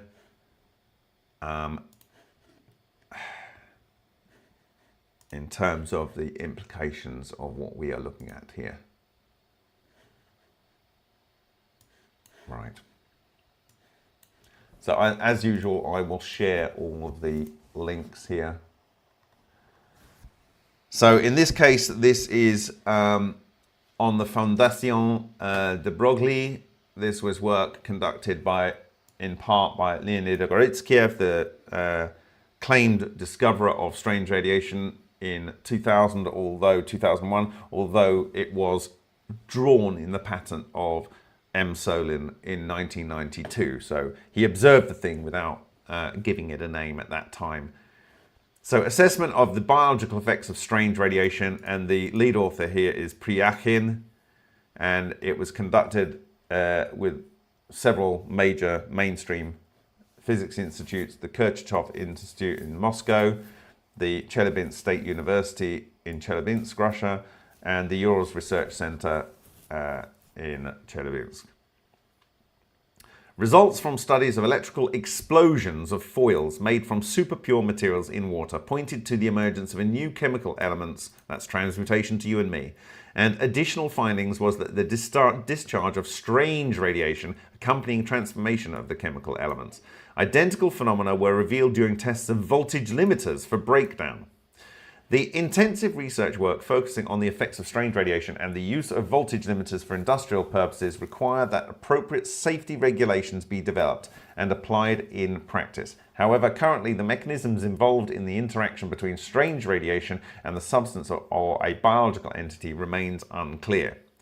The two principal questions brought up in connection with the assessment of the biological effects of strange radiation were: is exposure to strange radiation safe for personnel engaged in the studies? This is doing the relentless research program. Is it safe for us to be doing this?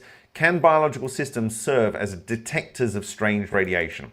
Therefore, the aim of the research was to investigate the biological effects of strange radiation.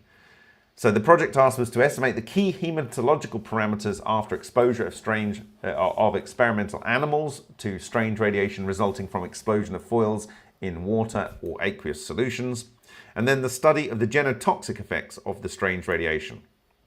So the pilot studies were performed at the Recom RRC Kurchatov Institute, April-May of 2004.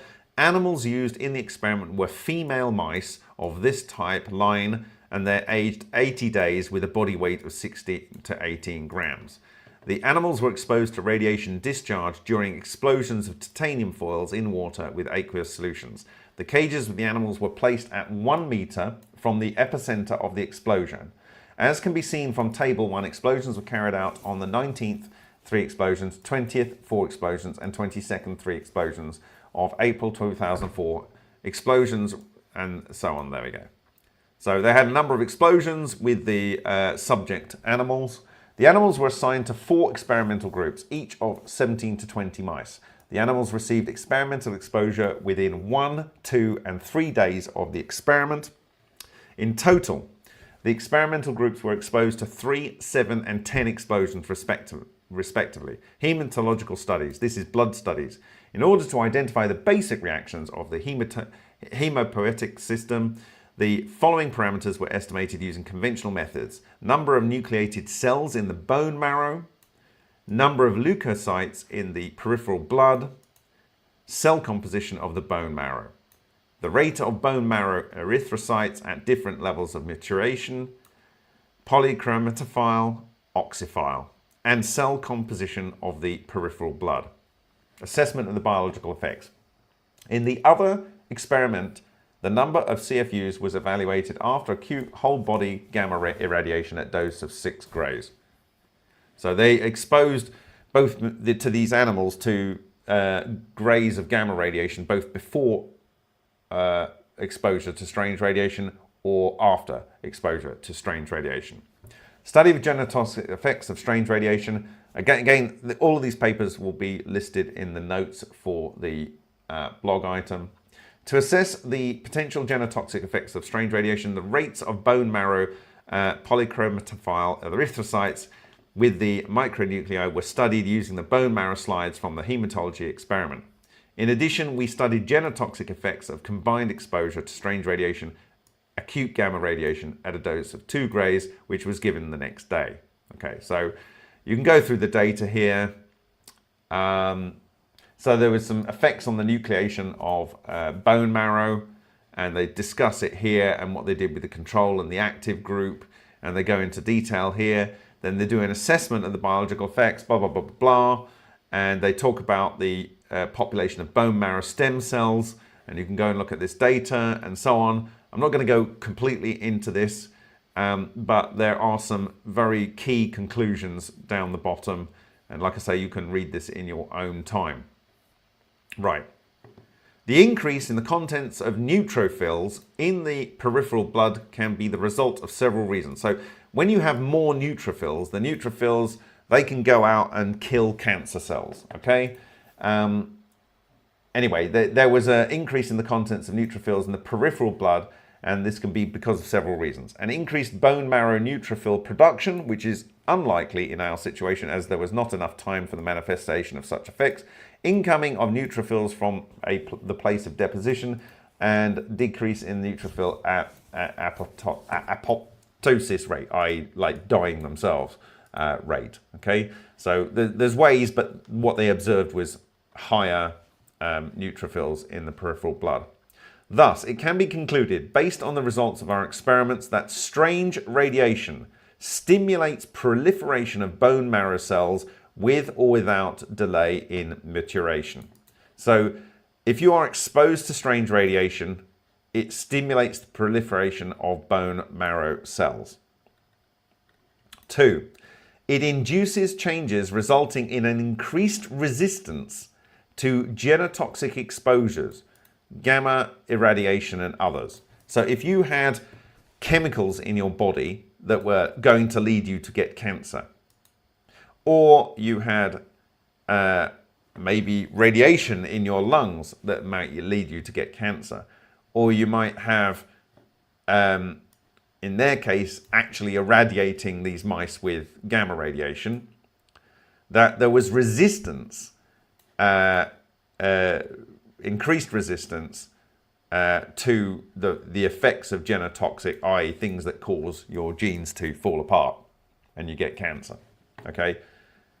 Strange radiation aggravates the clinical course of acute radiation disease if it is applied after gamma radiation. So, if you have strange radiation before, it can stimulate bone marrow cell production or proliferation and lead to a resistance to getting cancer. But if you have exposure to radiation before getting strange radiation exposure, then it can accelerate the course of any damage that might have been caused by the gamma radiation. Okay? And I do remember David Hudson saying something similar with Ormus. You mustn't take Ormus if you've actually got cancer because it can accelerate the cancer growth.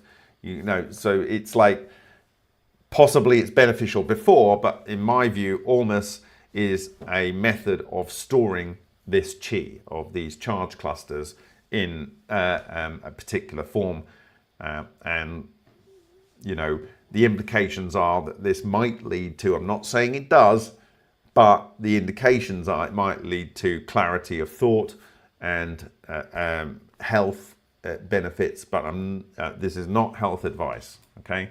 But in the case of trying to avoid the deaths of researchers and trying to make safe the opportunities that are made available by understanding, the God little g's toolbox, we need to have shielding that protects us from this radiation and makes the whole systems fail safe so that idiots can be near them and idiots can be operating them. Okay. And it says here, it leads to changes of cell composition in the blood. Conclusions. These studies produce the following conclusions. Strange radiation that results from the explosion of titanium foils in water and other aqueous solutions has the capacity to produce biological effects. Okay, there we go. Biological effect of strange radiation is manifested by an increase in the number of nucleated cells in the bone marrow. Strange radiation leads to an increase in dividing cells in the bone marrow. Okay, increase in dividing cells. So it's like accelerating something that wants to divide. Strange radiation results from 10 explosions carried out within 3 days after exposure to gamma radiation, leads to a decrease in bone marrow repopulation. This is after exposure. It's not good to have after exposure, okay?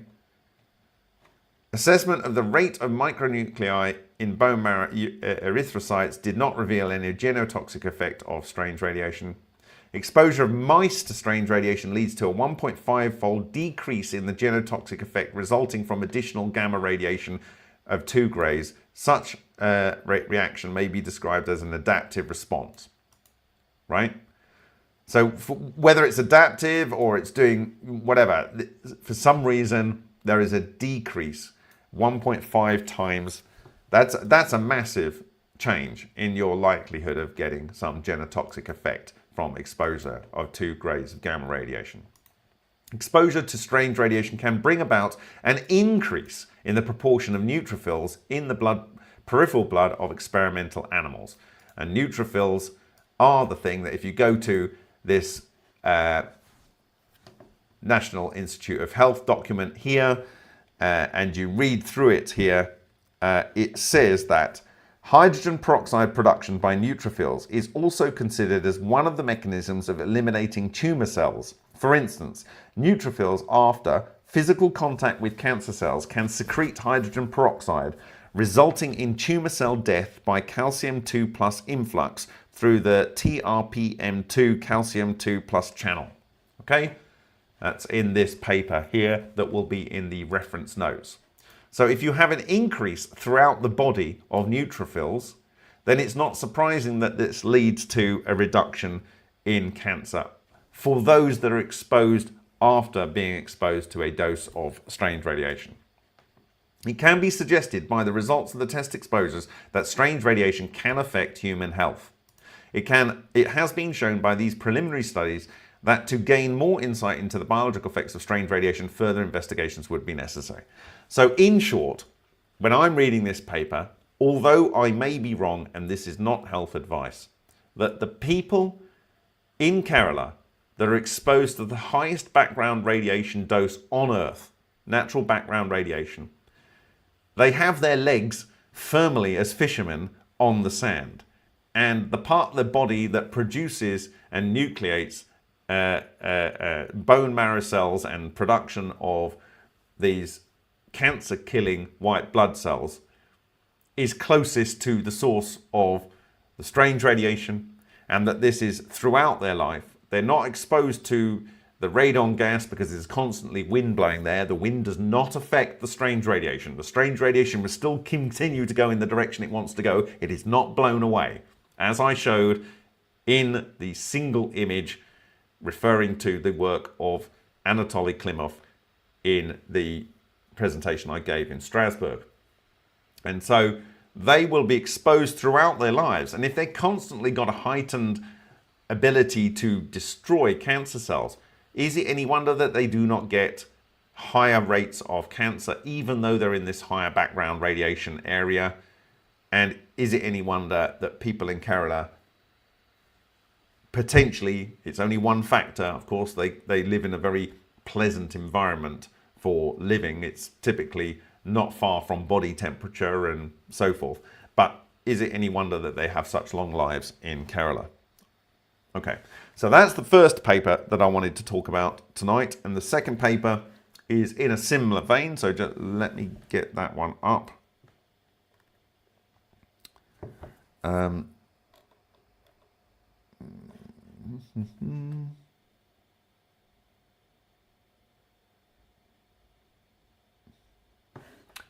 fact, I can do that with another piece of work by our good friend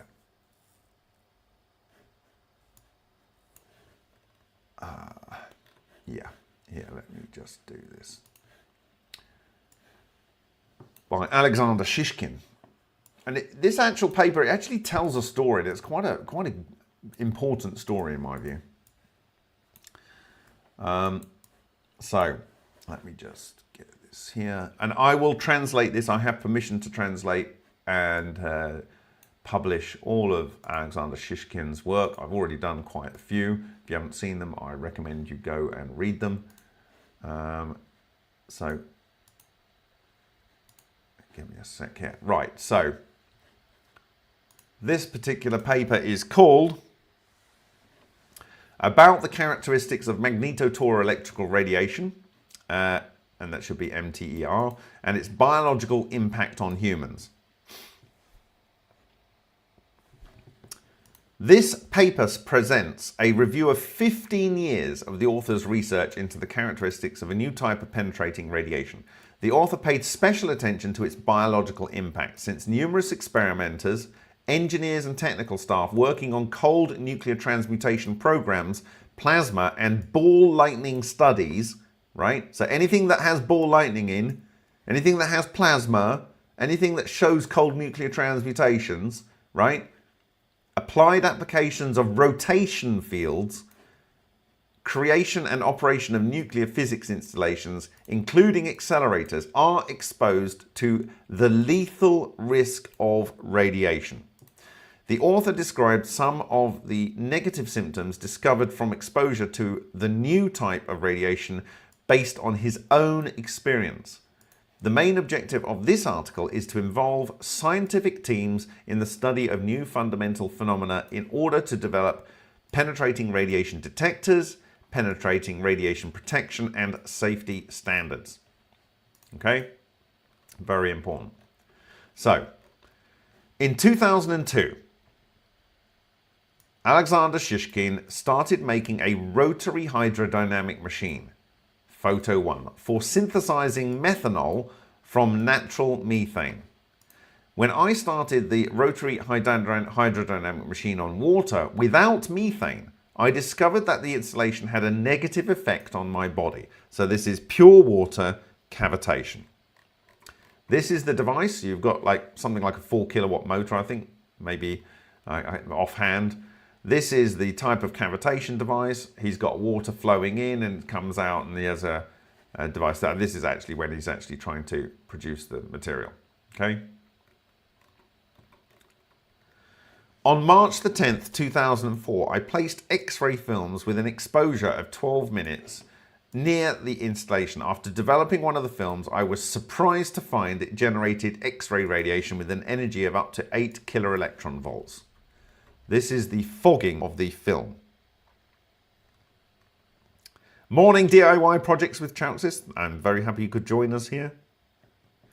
So, from the point of view of normal physics and my personal experience, this could not have happened. I went online and came across articles by A.F. Kladoff. This is a guy we know well, or we've discussed at length, who described experiments with aqueous solutions on a similar setup, a cavitation device. It turned out that back in the early 90s, Kladoff synthesized methanol. And the surprise was added, since Alexander Fedorovich, this is Alexander Fedorovich Kladoff, registered cold nuclear transmutations and unknown radiation. He explained the cold nuclear transmutation effect by droplet fusion of nuclei in a collapsing cavitation bubble. Okay? In the summer of 2004, I sought advice from some of the Joint Institute of Nuclear Research theoreticians I knew, who referred me to Fangel Akhmatagarievich Gariv. At this second stage, numerous experiments were conducted. An inexplicable mass transfer, tens of grams of metal, was detected inside and outside the hydrodynamic generator. It's just translated that wrong. I'll do a proper translation. This is a rough translation. So I've discussed this recently, and I published a video where he was talking about this in response to the paper published in Nature Scientific Reports by Bin-Juan Huang and myself. And we've also seen the transfer from the inner, outer of the inner of the thunderstorm generator to the inner of the outer. And this is, in my view, because you get these magnetic north and south structures, and one is pulling in and it's transferring through a wormhole, through a filament to the other one, and it's producing these iron-rich crenellated spheres. So he had a transfer of metal, and in one case, I think it was iron from inside one part of the hydrodynamic generator to another part. Very light, tens of grams, he's saying here. Tens of grams was transferred, okay? And in another part, it was outside of the reactor, and it was from a copper thing to another thing. So this wasn't... He said it's because maybe there's a huge current flow. I'm arguing that it's this magnetic flux tube, and it pulls it into the center of this vortex structure, and it sends it through the wormhole, and it gets reborn on the other side. Okay, it's basically teleported through a wormhole. But unfortunately, there was neither reproducibility of the results nor clarity in explaining the research results. In April 2010, Fanjul Garib died suddenly after the Joint Institute of Nuclear Research Directorate fired him on January the 1st, 2010 for pseudoscience. I took part in organising his funeral and a memorial seminar on the topic of cold transmutation of nuclei, which he had led for many years. At this seminar, I became acquainted again with Vladimirovich Mikhailovich Dubovik. This is the discoverer of the toroidal moment. So in 2010, Alexander Shishkin started working with Vladimir Mikhailovich Dubovik. Okay, so he was working until his death. He was working with him until his death in February this year, 2024. He proposed to experimentally verify the existence of a shell model of the atom, within the framework of which the nucleus hangs inside a shell of primordial matter on two vortices. Energy from the primordial matter, which consists of ultra-cold neutrinos, enters the nucleus through the suction vortex. I've described this in other paper, and I will go into more detail. The primordial matter processed by the nucleus is emitted through the second vortex, creating a vortex shell around the nucleus, which closes in on itself through the suction vortex. The electron does not rotate around the nucleus, but falls on the nucleus due to the Coulomb potential, receives energy from the nucleus and flies to the shell, pushing it to the Bohr radius. After losing energy, the electron falls on the nucleus again. According to Vladimirovich Dubovik, the potential energy of the strained shell exceeds 100 gigaelectron volts. Experiments between 2004 and 2015 here. To test the shell model of the atom, first experiments were conducted on June the 18th and 21st, 2010, which would allow us to answer the following questions. If the shell is hit, for example, by gamma quanta from radioactive source of 60 cobalt, is it possible to knock out the core of the shell? And then, will there be any after effects from such a blow? The experiments were conducted in the calibration room of the Radiation Safety Department of the Joint Institute for Nuclear Research. This is in Dubna, I think. Two identical duralumin cylindrical banks with a diameter of 80 millimeters and a length of 100 millimeters were used for the experiment. 3 X-ray films measuring this size were prepared for each blank. Each film was placed in the package and made of blank opaque paper. This is, I think, the study it was talking about earlier that is in the patent for the shielding of the device. Or it's from this that they developed the second example that I gave in the patent just now. Okay. Control samples were located outside of the zone of scattered radiation. The co-limiter closure was controls using X-ray meter. The radiation dose was reduced by 10 times to 0.1 millisieverts. Okay, so yes, this looks like the thing. Photo 9 to photo 14 show the results of the experiment. I did not receive any answers to the questions I asked. However, the following patterns were noted. All the photos show round spots. Well, we saw this in the lion from Neil Crichton Gold on X-ray film. Some of them double. We saw that too. And the double spots often lined up in a straight line. Some photos showed traces of bifurcation of trajectories. Photo 4 and 13. These characteristic traces in the form of round spots are recorded only on films placed in paper bags. So they found a whole bunch of strange radiation caused by this gamma radiation exposed duralumin sheets. So we can actually create a source of strange radiation by using duralumin and 60 cobalt. So when we are doing the research into developing shielding technologies, we already have described here how we can create strange radiation source. Okay. Traces in the form of round spots are absent in polyethylene bags. Traces of the so-called strange radiation are registered in them. It has been experimentally verified that films with no gap between the thick light insulating surface and the film, there are no traces of spots and or strange radiation. Okay, blah, blah, blah. So here's are the spots, not so spectacular. Here are, you can see these dual spots here. There's a dual spot there, there's a dual spot there, there's a dual spot here, these are dual spots here. These are exactly and precisely the same kind of structures we observed in the X-ray film that was exposed to the cold reactor by Neil Crichton Gold, Acker Lion 1. Okay, and this is what I identified. I had no idea about this research, and here we are seeing the same observation. Okay, so there's all these different spots. These are close proximity dual spots here, and I think he does a zoom into some of these later on. Okay, so he's got these two spots are quite close, and he's got some close-ups here. Blacking in the form of round spots, X-ray film located. Anyway, these are the birdies we saw earlier. These are some traces.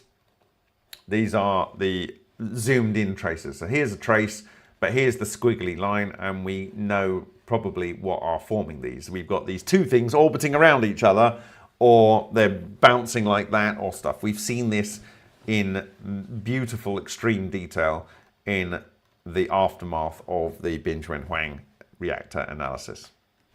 This is trace of a protector 15 micrometer thick on the surface of a photo detector near bismuth body of revolution. So this is caused by spinning bismuth body. In our 2010 research financed by the closed joint stock company NTK, the results of the experiments are described in this particular document.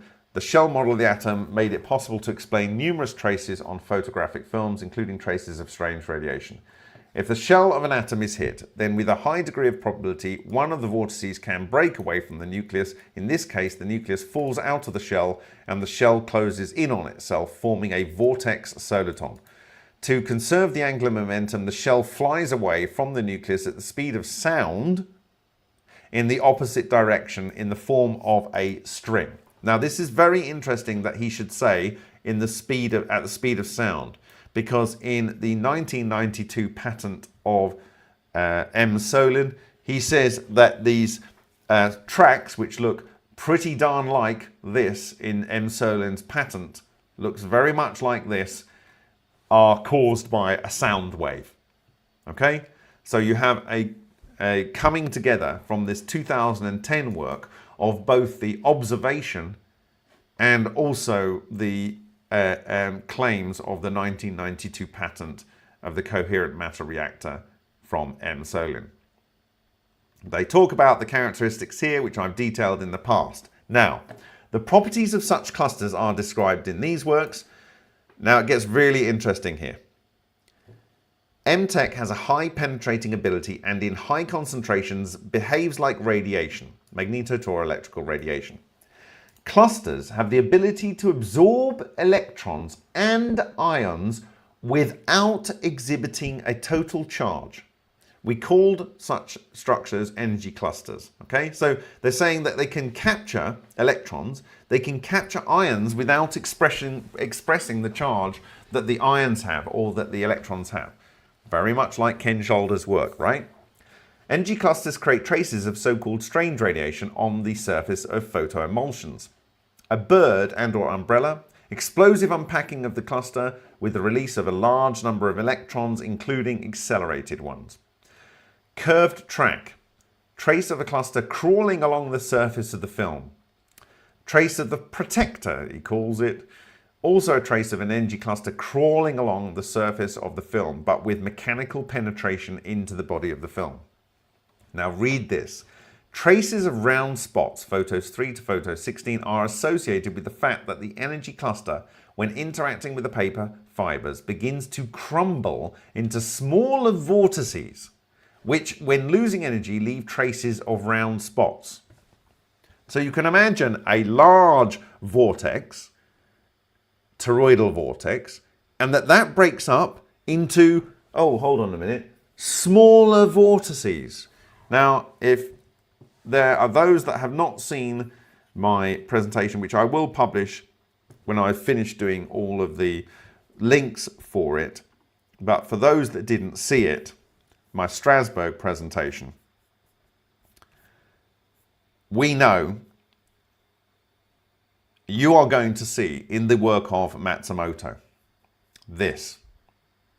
This is in his book, but you could never see it with this level of detail. It is this. Rings made of rings. Now, because of the way that he's focusing through the nuclear emulsion, you don't quite see the overall structure. Now, in between black hole images and cold fusion star images, I came across what I thought was the thing that he was trying to indicate to my translator show was the thing that, whilst he was alive, he said Bob Greenyer will find some very interesting things in the materials when he looks at them. So what am I referring to? This is a cold fusion star. We saw these kind of cold fusion stars in the breakup of the energy clusters stored in Suhas-Rao-Carr's cavitated material.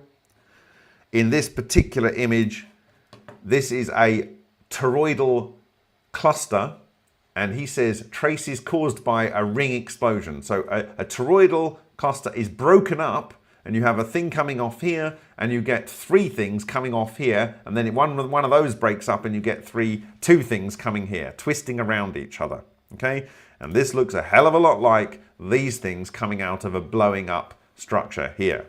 Okay, it looks a hell of a lot like these three things, and this frozen structure. But that isn't what I showed in Strasbourg. It wasn't these structures. It was this. This has never been published before, but I published it in Strasbourg for the first time, having found it just a few days before, inspired by what Dr. Takaaki Matsumoto told my translator, which he passed on to me, and that is this. These are tori made of tori. Here is another one. Never published before, but in the films observed on the nuclear emulsions. This is a tori made of tori, and the tori is subdivided. And I'm totally blown away by this. Boom! As far as I can work out, this torus has 48 divisions. And it has multiple divisions in the substructure. This was recorded in a nuclear emulsion from a standard cold fusion experiment in 1991-2 period. So I presented this to people at the conference. I asked them in the room, one of my first questions was, does anyone in this room, can anyone say in this room that they consider themselves an expert in radiographic emulsions, nuclear emulsions? And there was dead silence. I said, is there any individuals in your organizations that you can say you would consider they were experts in nuclear emulsions? Dead silence in the room. What we have shown is that every single thing of key significance that we have observed from cavitation reactions, from Binge-Ren Huang's reactions, from the Vega experiments, from the work of Neil Crichton Gold with the Lion experiments, from the Suhas-Rao-Carr, all these different systems, and others that I've not just mentioned there, hidden in the work of Dr. Takaaki Matsumoto, there were these various traces. We are now able to resolve them for the first time, in which case they are unequivocal. But this, beyond all imagining, was delivered. A wheel within a wheel within a wheel with the maximum 48 divisions we have never found before. So look out for the Kickstarter for the Dr. Matsumoto books, and we'll have it, a target to produce the color and really good quality images. I mean, some of the images that are in the current book where you don't even know what you're looking at, it's just a load of black things. We've got beautiful clarity. It's going to be beautiful. And some of them are color. And so that will be in a reflowable, remastered, rewritten with all the and corrected English book as a downloadable document that you can reflow in whatever device you're reading it in. And then we will look to create a hardbound book with print resolution rather than screen resolution images of things like this, in addition to the book, which will also be print resolution. And then Kickstarter extension goals to hopefully build out the website of the most complete record of a scientific discovery, in my view, in history. Okay, so look out also for the final edit of my Strasbourg presentation with all of the references in the coming week. Okay, so with that being said, I'm going to go back to this paper because, again, in this work, we can see that he's saying traces of round spots are associated. So we've just looked at a load of round spots from Takaaki Matsumoto. We just looked at that. We looked at these round spots up here. Let's just have a look at that again. And interestingly, where's that gone? Show me again. Let's try again. Okay, these round spots. You can see over here, this one's broken, and actually this is the same as this one, but we're looking at using the microscope at different depths. Okay, so this one looks like one of the substructures is broken out and it's come out here. So this is already a breakdown.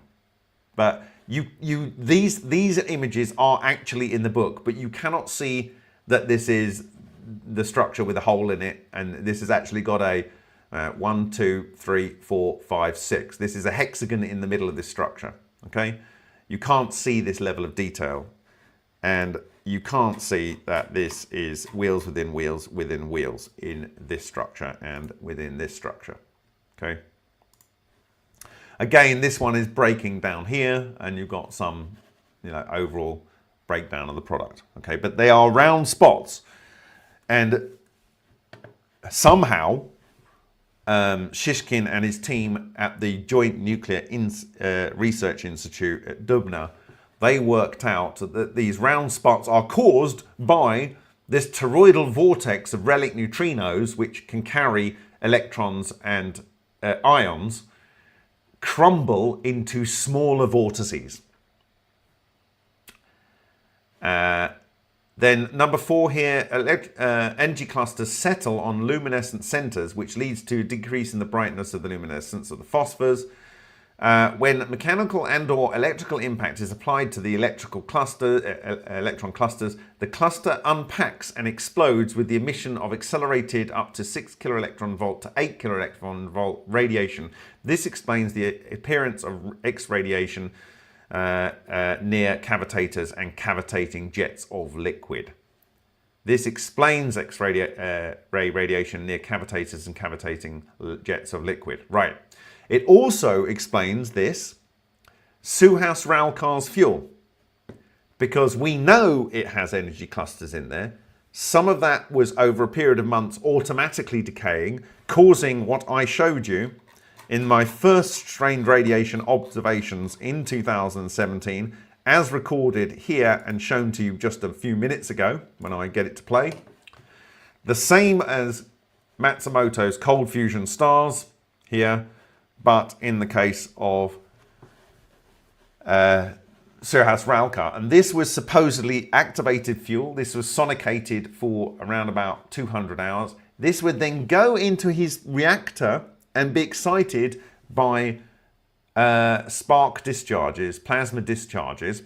And what Shishkin is saying here is that by doing an electrical impact, you will cause the cluster to unpack, releasing high energy, accelerator levels of energy of the matter coming out.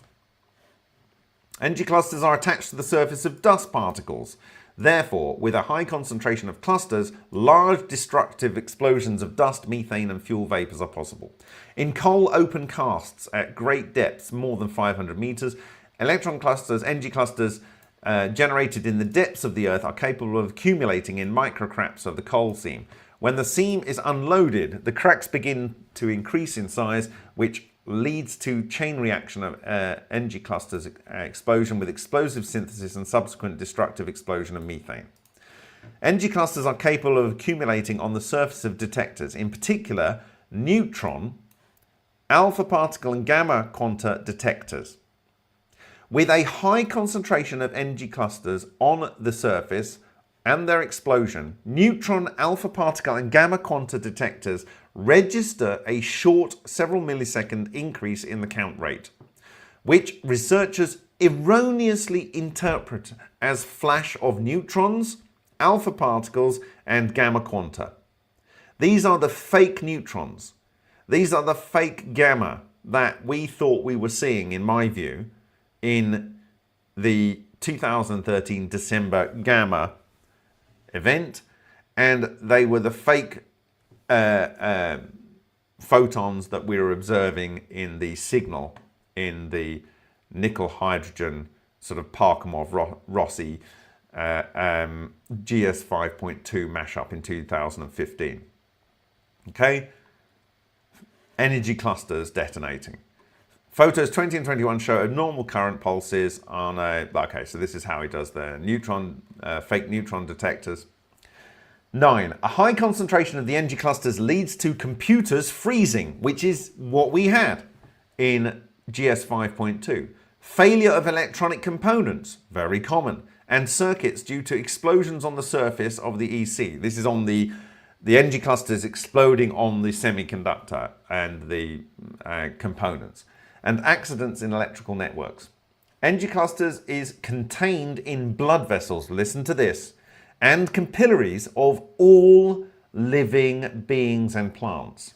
Energy clusters are contained in the blood vessels and capillaries of all living beings and plants. In my presentation in the advanced energy systems in Brno, I said that if you put things into a microwave or you get exposed to a microwave, like the microwaves coming from your 2.45G Wi-Fi connection on your phone, it can cause triggering of the explosion of these clusters, in my view. It produces dead food, it produces dead water, and it damages the life force in your body. In the body of mammals, birds, reptiles and fish, in addition to blood flow and lymph flow, there is energy flow. That is, charge clusters bound into oxygen that may also be bound into hemoglobin, causing energy flow. Energy clusters supplies the body's cells with clean energy in the form of electrons. Energy clusters supplies the body's cells with clean energy in the form of electrons. This is why when you go into Guy Obolinski's plasmatron, I think it's called plasmatron, but that's, I don't want to confuse that with Anatoly Klimer's work. But this is the thing that Malcolm Bendall claims he was infused with plasmoids. He was infused with plasmoids, right? And then potentially he got his insights. This is currently being re-engineered and built by Paul Harris in Canada. And I have agreed to subject myself to this system and record for you my subjections to this system. But apparently you can get so charged with plasma that you can literally do like cat's cradle, and the plasmas, you can manipulate the plasma between your hands inside the device. This will charge the body with vast quantities of energy clusters. and those will go into your body, and in theory they will provide your body with clean energy in the form of electrons. Therefore, water with an increased concentration of energy clusters has high healing properties. Therefore, water with an increased concentration of energy clusters has high healing properties. It is expected that cavitation water will produce water that has high levels of energy clusters. Shishkin applied this water to seeds they germinated, and they produced strong, fast-growing seeds that were resistant to disease. I would like to conduct a study with the water that comes out of Binzhuan Huang's cavitation reactors. I know I drank some in his lab. The water looks weird. It is blue in color, the same kind of blue that came out of the cavitation device of Griggs. So it's a bit weird. And I think, is it Schaefer or something, a similar device? In this case, I think a study needs to be done with seed germination. And I might do a study when I visit Binzhuan Huang in December. I would like to do a mung bean study with some of the water, or get some of the water and carry it with me and do a mung bean study with that and see what we can see. Anyway, very clearly, energy clusters supplies the body cells with clean energy in the form of electrons. Therefore, water with increased concentration of energy clusters has high healing properties. So there are risks and opportunities here. Risks and opportunities. The energy ocean of charged clusters behaves like a thick gel, so it is assumed that the biological effects of the fourth state of water, discovered by Gerald Pollack, is associated with energy clusters. Energy clusters with accumulated electrons, as a rule, accumulate at the boundary of media. Energy clusters with accumulated electrons, as a rule, accumulate at the boundary of media. Now, I am saying that when you have water and you have a hydrophilic substance like a metal, like aluminium foil, you end up by producing easy water, the fourth state of water, in which you get energy clusters accumulating at the boundary. And when that goes into a vortex, and a counter vortex in the ring soliton that's produced at the nodes, that produces toroidal moments, and that is what is going on in the ultra experiment that leads to transmutation so easily in that very simple child level of competence experiment. So therefore, boundary water is water with a high concentration of energy clusters. When a photon interacts with the cluster, the latter easily gives up an electron. Therefore, the explanation for the appearance of current between the boundary and bulk water when irradiated with infrared radiation is quite understandable. A separate topic is the biological impact of phantoms from the energy clusters. So an energy cluster can have electromagnetic phantom, which is the toroidal cluster of relic neutrinos. In 1989, A.F. Ochtrin published an article on microclusters and ultralight particles. The author discovered that bodies of revolution involve certain microclusters in motion, creating a rotating phantom. This is torsion fields, apparently in the form of a vortex funnel. After the body of revolution stopped, this phantom continued to live for at least 20 days. Now, this is the first time I've seen it in text. Like I say, I will do the proper translation and a read through, and it will be available on my blog of this article. But he mentioned this, not in a presentation, but when I was in the room and I listened to it when I was in Sochi in 2018. And this shows that you can produce very persistent torsion fields when you have a fast-moving, rotating body in an environment. I assume that the phantom is created from energy clusters, okay? These are pervasive energy clusters that are already in the environment. When an organism enters the field of such a phantom, the energy clusters of the energy flow, that's the flow in the body. So you've got a natural flow through your body that your body is manipulating.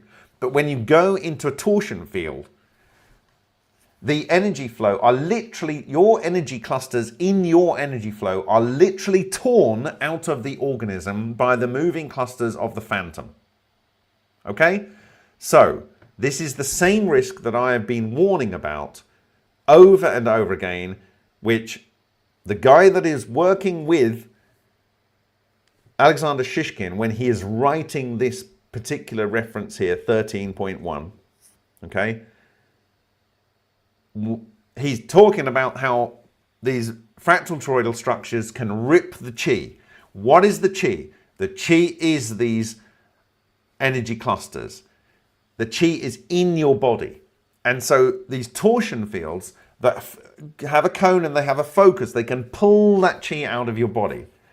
So he's saying they're literally torn out of the organism. That is a plant, that is an animal, that is a human, by the moving clusters of the phantom. The part of the organism damaged by the phantom rapidly loses immunity with all the ensuing consequences. So your ability to fight disease is damaged. Now, this is not medical advice. This is a hypothesis based on observation. I happen to agree with the hypothesis. It fits a lot of observations I've had, some exposures that I've had to experiments, how I felt before and afterwards, and so forth. I support this hypothesis from my own anecdotal evidence, but I'm not saying it's fact. But anyway, we have to consider this when we are doing relentless and we want to be resilient. The part of the organism damaged by the phantom rapidly loses immunity with all the ensuing consequences. I experienced the negative impact of the phantom from the hydrodynamic machine in the summer of 2018. 13.2, a phantom of energy clusters is formed around any body. That is a person. The longer the body is in one place, the more stable the phantom. A seriously ill person creates a stable phantom with all its ailments.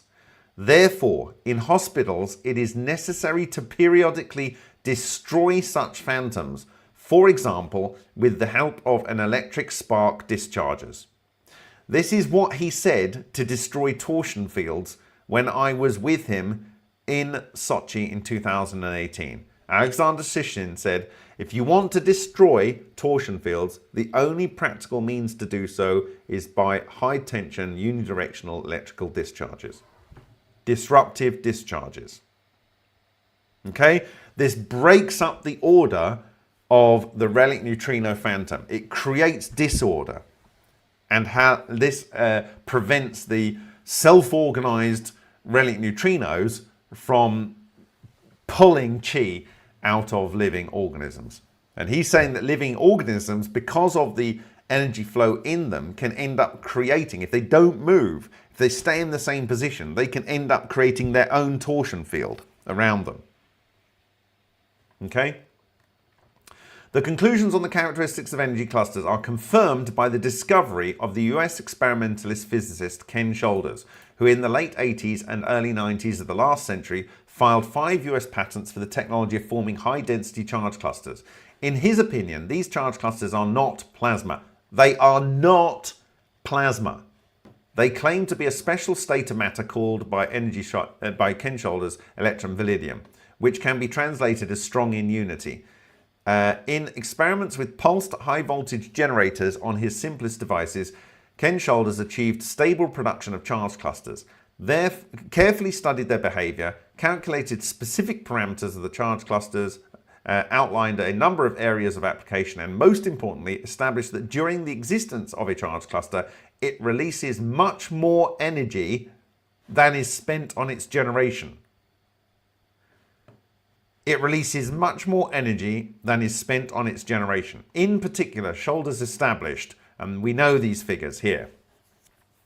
So, In 2014, at the Federal State Budgetary Scientific Institute of the Research Institute of the Occupational Medicine, on the initiative of the author, this is Alexander Shishkin, and with the decisive support of the Russian Academy of Sciences, the Ministry of Defense of the Russian Federation, an experiment was conducted on the effects of string vortex solitons and magnetotoroelectrical radiation on biological objects. The goal of this preliminary stage was to study the clinical condition, blood symptom and pathomorphological indicators in laboratory animals exposed to acute single exposure to string vortex solitons and magnetotoroelectrical radiation. A corona streamer discharge generator, so this would be something like a plasma ball, with a power consumption of no more than 500 watts, was used as a source of string vortex solitons and magnetotoroelectrical radiation. Photo 22. Below are excerpts of the report. 16 white male rats of 200 grams. So they moved on to rats now. We've gone beyond the mice and we're now on rats. Were used in the laboratory tests. The animals were divided into one main experimental and one control group of 8 animals each. The duration of the period of exposure to biological objects was 2 hours and 30 minutes. Since the animals were not fed before the experiment, after the end of the exposure, the rats were given water for 30 minutes to exclude the effect of water deprivation on blood viscosity and hematological parameters. Pathomorphological studies of rats were carried out immediately after laboratory tests using generally accepted methods in order to assess macroscopic changes in the internal organs due to the influence of the studied factor. Euthanasia of rats was performed by the decerebration method, that's like removing the brain, dissection of the cervical vertebrae without damaging the integrity of the trachea. After the death of the biological objects, an autopsy of the abdominal cavity and chest was performed. The abdominal organs were examined, and then the lung preparation was removed. The presence of pathological changes, hemorrhages, emphysema, etc., was determined on the pleural surface of the lungs by inspection. This is a ridiculously serious study funded by the Research Institute of Occupational Medicine and supported by no less than the Russian Academy of Sciences and the Ministry of Defense for the Russian Federation. This is not chicken feed levels of experimentation. Okay? Very, very serious research conducted by very, very serious researchers.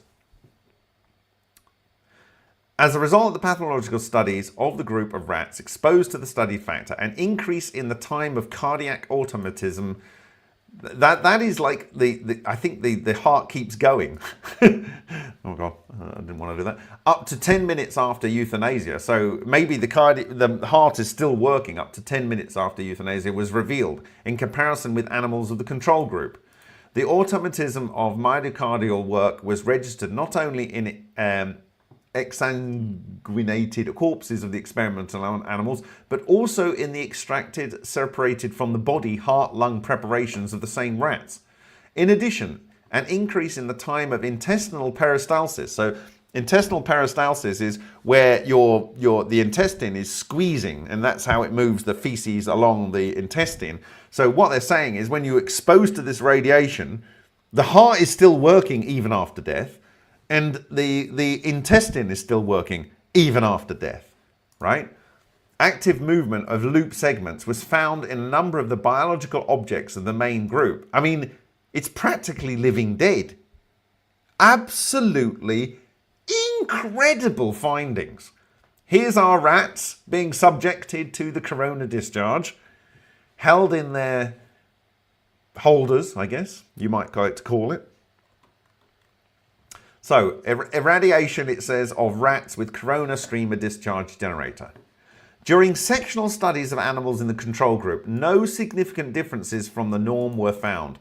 Myocardial automatism either persisted for several seconds or was not registered at all. So basically, the control group, which was not exposed to the corona discharged, and you know when I'm reading this, I keep thinking Bram Stokes and not Bram Stokes, but I keep thinking of, you know, reanimating life and like with lightning bolts.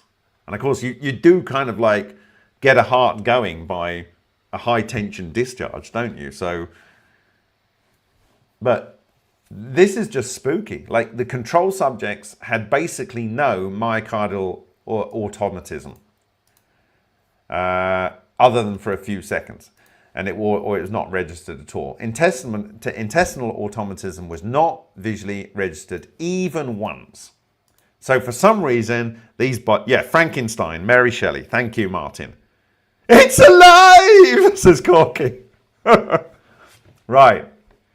So a visual comparison of test tubes with the blood of experimental animals made it possible to establish that the blood samples of rats exposed to the factor were bright red and not dark like those of the control group. Such colour changes are characteristic, in particular, of oxygenation, increase in partial oxygen tension of blood after its passage through the pulmonary circulation, and saturation of erythrocytes with oxygen molecules, so red blood cells of oxygen molecules in the pulmonary alveoli. So essentially what they're saying is once you're exposed to this radiation, either your red blood cells aren't able to give up their oxygen so much, or your hemoglobin is able to capture much more oxygen. Or could it be that the oxygen itself is charged and becomes more paramagnetic or more energetic, and it can give more to the body? Is this the Wim Hof method? Are you energizing your oxygen to be supersaturated with energy clusters in such a way that then you can give your body energy and supply your mitochondria with what it needs to produce the heat within the body? Could this be a complete explanation of the Wim Hof method? I don't know. Maybe. By imbuing more energy clusters. Could this be how free divers are able to dive so effectively? Because they are not necessarily getting more oxygen into their body, they're getting more of what the body actually needs to function. Erythrocytes with oxygen molecules in the pulmonary alveoli. However, other causes of colour changes in hematological samples are possible, which differ from the traditional ones accepted in normal physiology. In addition, in experimental rats from the main group, hemorrhages were detected in the lung tissue in 25% of cases. So they had hemorrhages in the lung tissue. Not good. Not good. Constituting 20% of the pleural surface of the lung. Not good, right? So, yes, maybe we want the energy clusters in our body.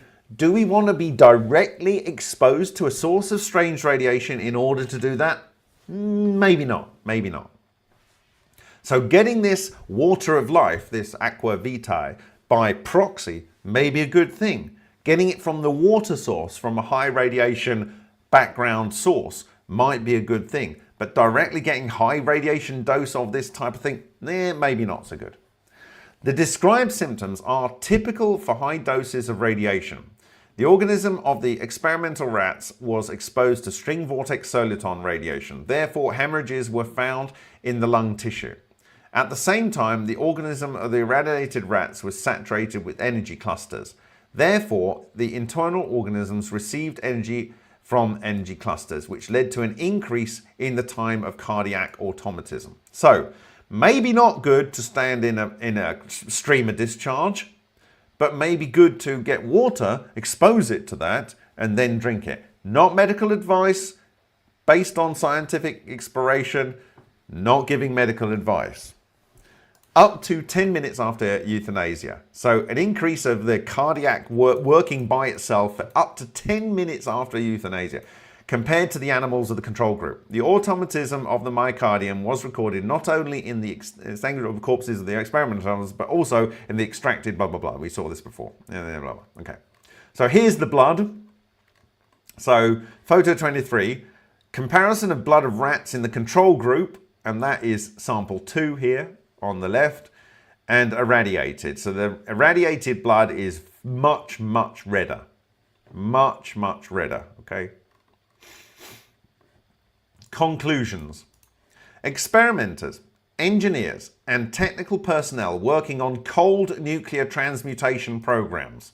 That is anyone that's going to be involved with this process of relentless. Plasma, goes without saying. Ball lightning studies, goes without saying. Going to be part of this relentless program.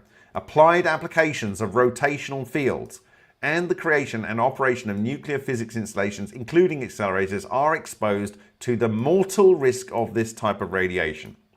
It is necessary to involve scientific teams in the study of this new fundamental phenomena as quickly as possible, with the aim of developing detectors for this radiation, protection against this radiation, and safety standards. To study the mechanisms and development of the identified biological effects, as well as to establish the hygienic significance, further targeted, multifaceted studies are necessary using several types of laboratory animals and a wider range of experimental methods, as well as correct dosimetry of physical factors and chemical substances generated during the electrical coronal discharges. So, that is, I think, a critical document that we need to take on board when we are looking at the risks and the benefits that can come out of understanding O, what O is, and the need for us to shield and have shielding technology for it when we are doing large-scale development with what it can potentially deliver. I just want to see if there's any other things that I wanted to talk about today, and then I will take your questions.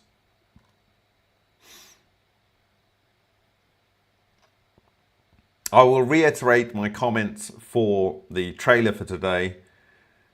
The time for hesitancy is over. It will become abundantly clear in the coming weeks that there is a strong will in the community to deliver the promise of the God's toolbox, little g. One aspect of ensuring that the relentless research is conducted safely, so important, and the making of minimum viable products can be enabled with confidence, is knowing that we are doing our best to prevent any potential harm from emissions of magnetoelectrical radiation or natural exotic vacuum objects or strange radiation, these kind of things. We live in a world where static electricity exists. We grow up where there's these risks of lightning bolts and whatever. These are natural things that people are exposed to. The people in Kerala, as I started out, are exposed to the highest background radiation on Earth. They are rudely healthy, they have some of the longest life expectancy on Earth, and they have no higher incident rates of cancers than the ordinary population. Why? I think the same reasons that I think we can, when we understand this technology, we can enhance the lives of people that do not have blood cancers. We can enhance the ability of them to prevent them getting, or potentially assist in, this is not medical advice, potentially assist in treating other types of cancer in the body by stimulating the production of cancer-killing cells in the body that can go, and I've talked about this many times, but I've really walked you through the process tonight. But we want the benefits of this. We don't want the material harm. We don't want that material harm because we don't want to be shut down because regulations are introduced because this is so disruptive. We need to allow the disruption to improve the human condition, improve the state of the planet, and basically take us to another level. Okay, so with that, I'm going to see what comments you have.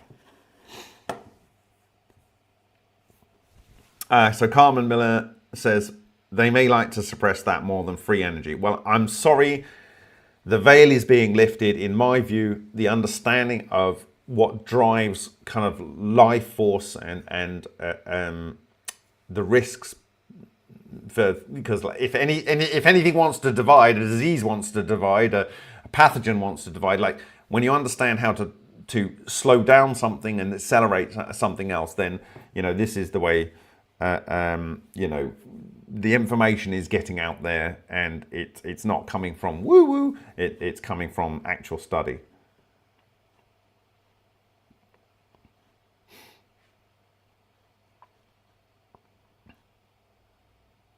Yeah, Carmen, she says that this is a profound presentation today. This is probably the most important presentation that I've ever given in terms of the significance for human health. Massive, massive, massive opportunity to improve human health. Understanding that the same thing can also harm human health if used wrongly and without understanding direct application and proxy application. Right? This energy flow through the body is very, very important. Thank you very much, Lion Hutter. That's very kind of you.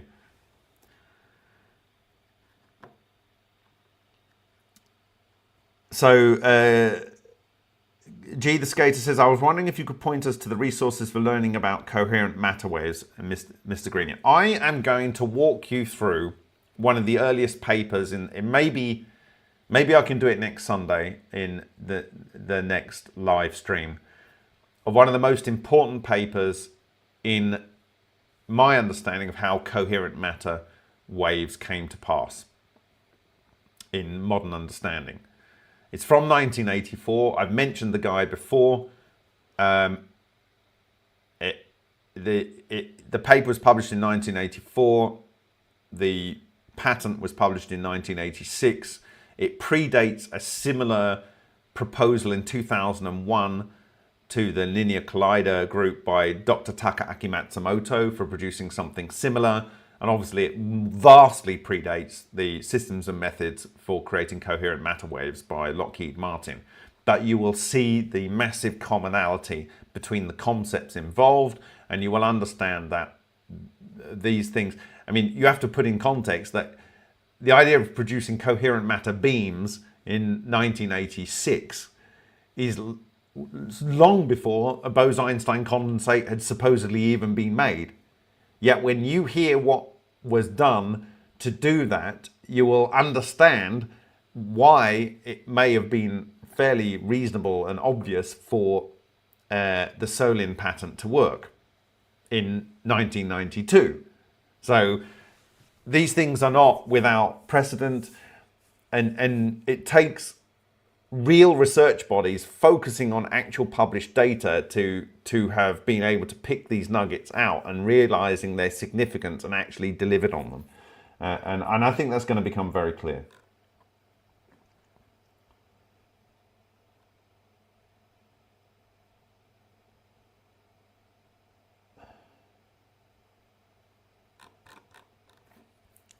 So Daz says, hey Bob, did you ever drink from the natural spring by the hole in the wall at Houghton, just down the road from Storrington? Yeah, I think I did. Quite a bit. Yes, I think I did.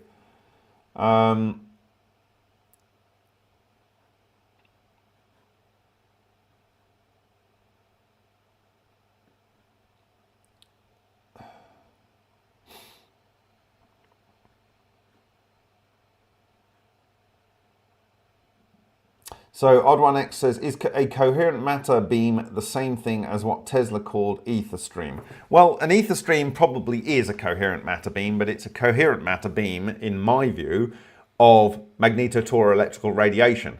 And if you get these things quantum locked into space, because they suck chi through them and they're themselves made of chi, they can persist as like current fibers in the air that can persist in pushing the chi through them, even though they're not necessarily moving themselves. So I think that Tesla observed that these flux lines could be set up, and then they continued to produce a flow of energy for an extended period of time. So yes, they are a form of coherent matter. But specifically the cores, not the ions and not the electrons of the atoms, but this secondary fractal tori of relic neutrinos that essentially, if you read this work by Shishkin, which is derived from his work with many of the top scientists in Russia, working at the top institutions, funded by the top people to fund anything, considering these things, working with Vladimirovich Dubovik, the discoverer of the toroidal moment, you can understand that even that discussion about the decaying of these toroidal clusters into smaller solitons, leaving a round spot, you can understand that they were seeing this as the fractal tores without actually spelling it out, and that in that case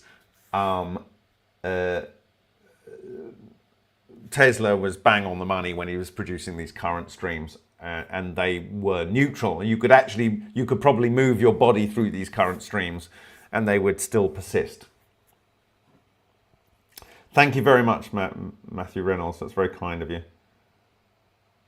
Defund the BBC and put the MFE plea in its place. That's a bit of a responsibility, but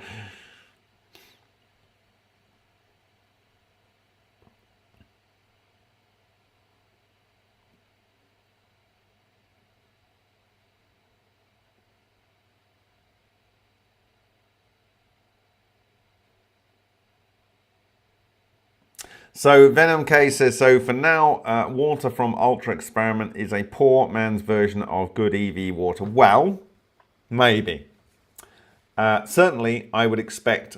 The whole point of the last experiments that I did with the mass spectrometer was to show that aluminium was so good at doing this process, because aluminium, when you have ultrasound, you break off the oxide layer and it produces aluminium oxide, and in the process of stripping the oxygen from the water, it produces atomic hydrogen and protons, because it must, because there's heterogeneous splitting of the water. And those are the things that are going into the toroidal moment, because paramagnetic, that both protons and atomic hydrogen are paramagnetic, whereas H2 is not, right? And it's exactly produced at exactly the point that it can go into the structures. So I believe that and this is my finding and my hypothesis, and I believe we proved it earlier in the year, of why aluminium is so good. And there's almost nothing better for demonstrating this process. Now, I have suggested to Benjuan Huang in the middle of the year, and I've made this public also, the use of proton exchange membranes. Typically, you can buy these from eBay in hydrogen drinking water, and they exclude the oxygen from the proton exchange membrane, so you get hydrogen water. I would just put the proton exchange membrane in there, into the water flow, and I suggested this to introduce oxygen into the water and also atomic hydrogen and protons into the water, with the water flow going around it. And the reason I suggested that is because of all the things that I've discussed about the importance of having oxygen there to make, you know, a Marsa gas, and binding the clusters to the oxygen, the paramagnetic oxygen being dissolved in the water, and so on. But also for this fact, which I've also discussed before, the hydrowave device, which verified Kladov's transmutation and remediation, the hydrowave device, which I talked about in 2006 and 2009, after they ran out of biological and chemical weapons to destroy, they tested the remediation of strontium-90 and yttrium-90. This is a beta isotope, and they verified what Kladov claimed. In that device, as part of the system, they have a similar thing that's in the Vachayev device, which is an electric arc discharge. And what do you produce in an electric arc discharge? You produce charge clusters and split water. Various hydrogen, protons, atomic hydrogen, oxygen, ozone, whatever. And that is in the water flow that then goes into the cavitation device. And so they have a hard way of introducing the paramagnetic components that, in my view, are very important in the cavitation process to allow for accelerated decay or accelerated synthesis of materials. Okay? I've suggested to do this in a solid state way where you can control the voltage and you can have a whole number of proton exchange membranes from these commercially available hydrogen devices to accelerate the process in the Binge-Wen-Huang reactors to improve the effectiveness of the toroidal clusters in there in order to improve the rate of transmutation, ideally within the stream of the water flow.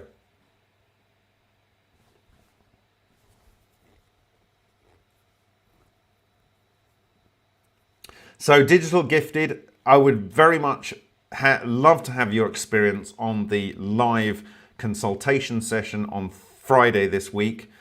He's just said a lot of DAOs imploded in 2022 to 2023, so learning from their failures will be important. Yes, we want to make it resilient. So learning from failures of DAO is critically important.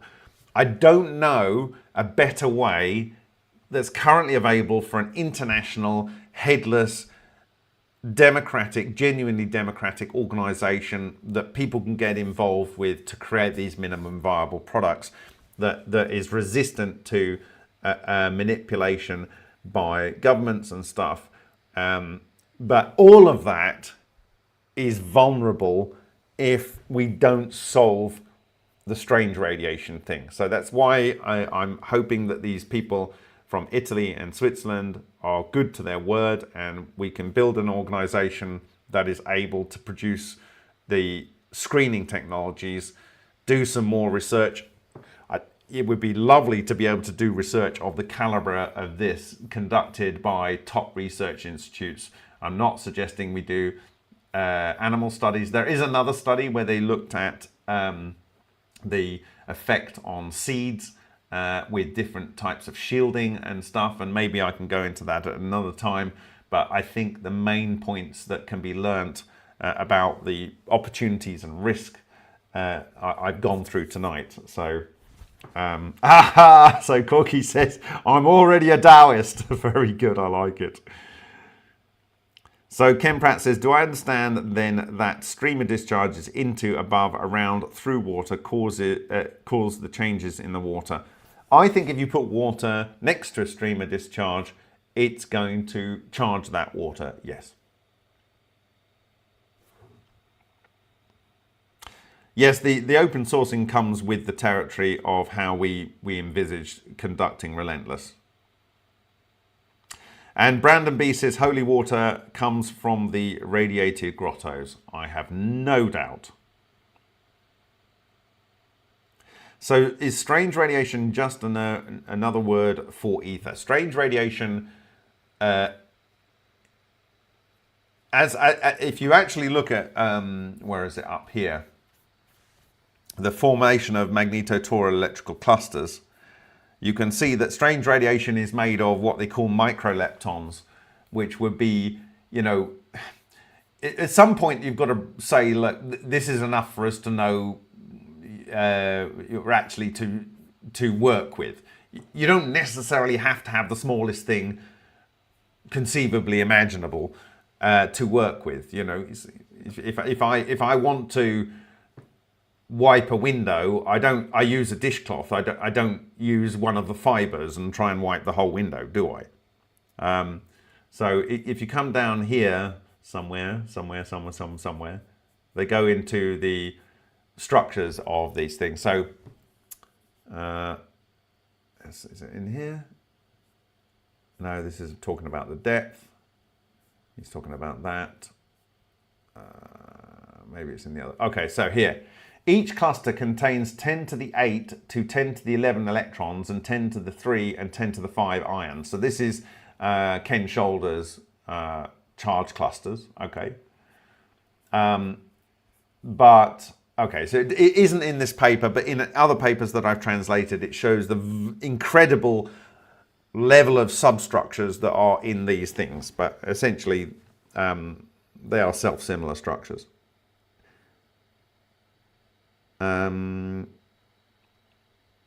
So try to cheaters, very good. Never win. Got to cruise. Catch the rest later. Thank you, Brandon B. Okay, I'm going to crash soon as well. It's 1:24 here. I've been going quite a while.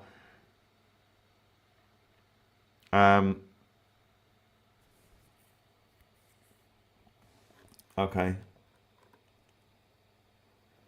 So I think probably if you've got questions, please ask me in the blog and or on this video replay, and I will try to answer them. But in short, this was Ode Relentless, enabling relentless rather, shielding opportunity. So we have massive opportunities made available to us from understanding O and what it is, and we must shield those opportunities from attack by being resilient. And one of the big areas that we can be potentially compromised is that if we are relentlessly pursuing this and there is a radiation risk that can be regulated for, we can have a challenge there. So by understanding the potential radiation, showing that the radiation is in people's phone, or the radiation can be caused by people's Wi-Fi, that it can be caused by their domestic microwaves, that it can be caused by fast rotating metal objects, like, I don't know, an electric motor spinning around in a blender, you know.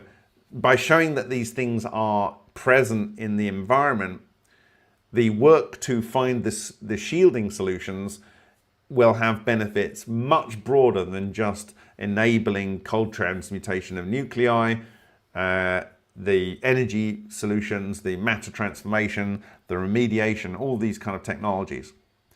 And this will allow us to deliver the third aim of the project and to go ahead and deliver hopefully one or more, or ideally all, of these minimum viable products that we are trying to deliver. And hopefully we can use the concept of the decentralized autonomous organization, DAO, to produce a resilient and robust organization that can deliver the promise here. And just quickly, one of the key things that I shared in Strasbourg, and that presentation will be open for review in a few days, hopefully, was that in the works that we are delving into with greater fidelity, because we have access to the materials now, there were toroidal structures that had substructures in them, and that indeed Matsumoto had observed in the early 1990s a toroidal structure that was made of toroids, that was made of substructures, and that it would appear it was in fact 48 subdivisions. I cannot believe it. This has been an amazing journey, and thank you to all of those that have supported any of the researchers that we have interacted with, the researchers that are currently working with the project. And look out for the Matsumoto Kickstarter, which is going to be coming in the next couple of weeks. I very much encourage you to support that. There will be rewards that you can have, hopefully in time for Christmas. If you want to get this as a gift to yourself or a gift to a third party, you will be enabling, hopefully, one of the most important records of a scientific discovery in the history of humanity. And it would be a great honor to his family to make that happen. So, with that said, I will say,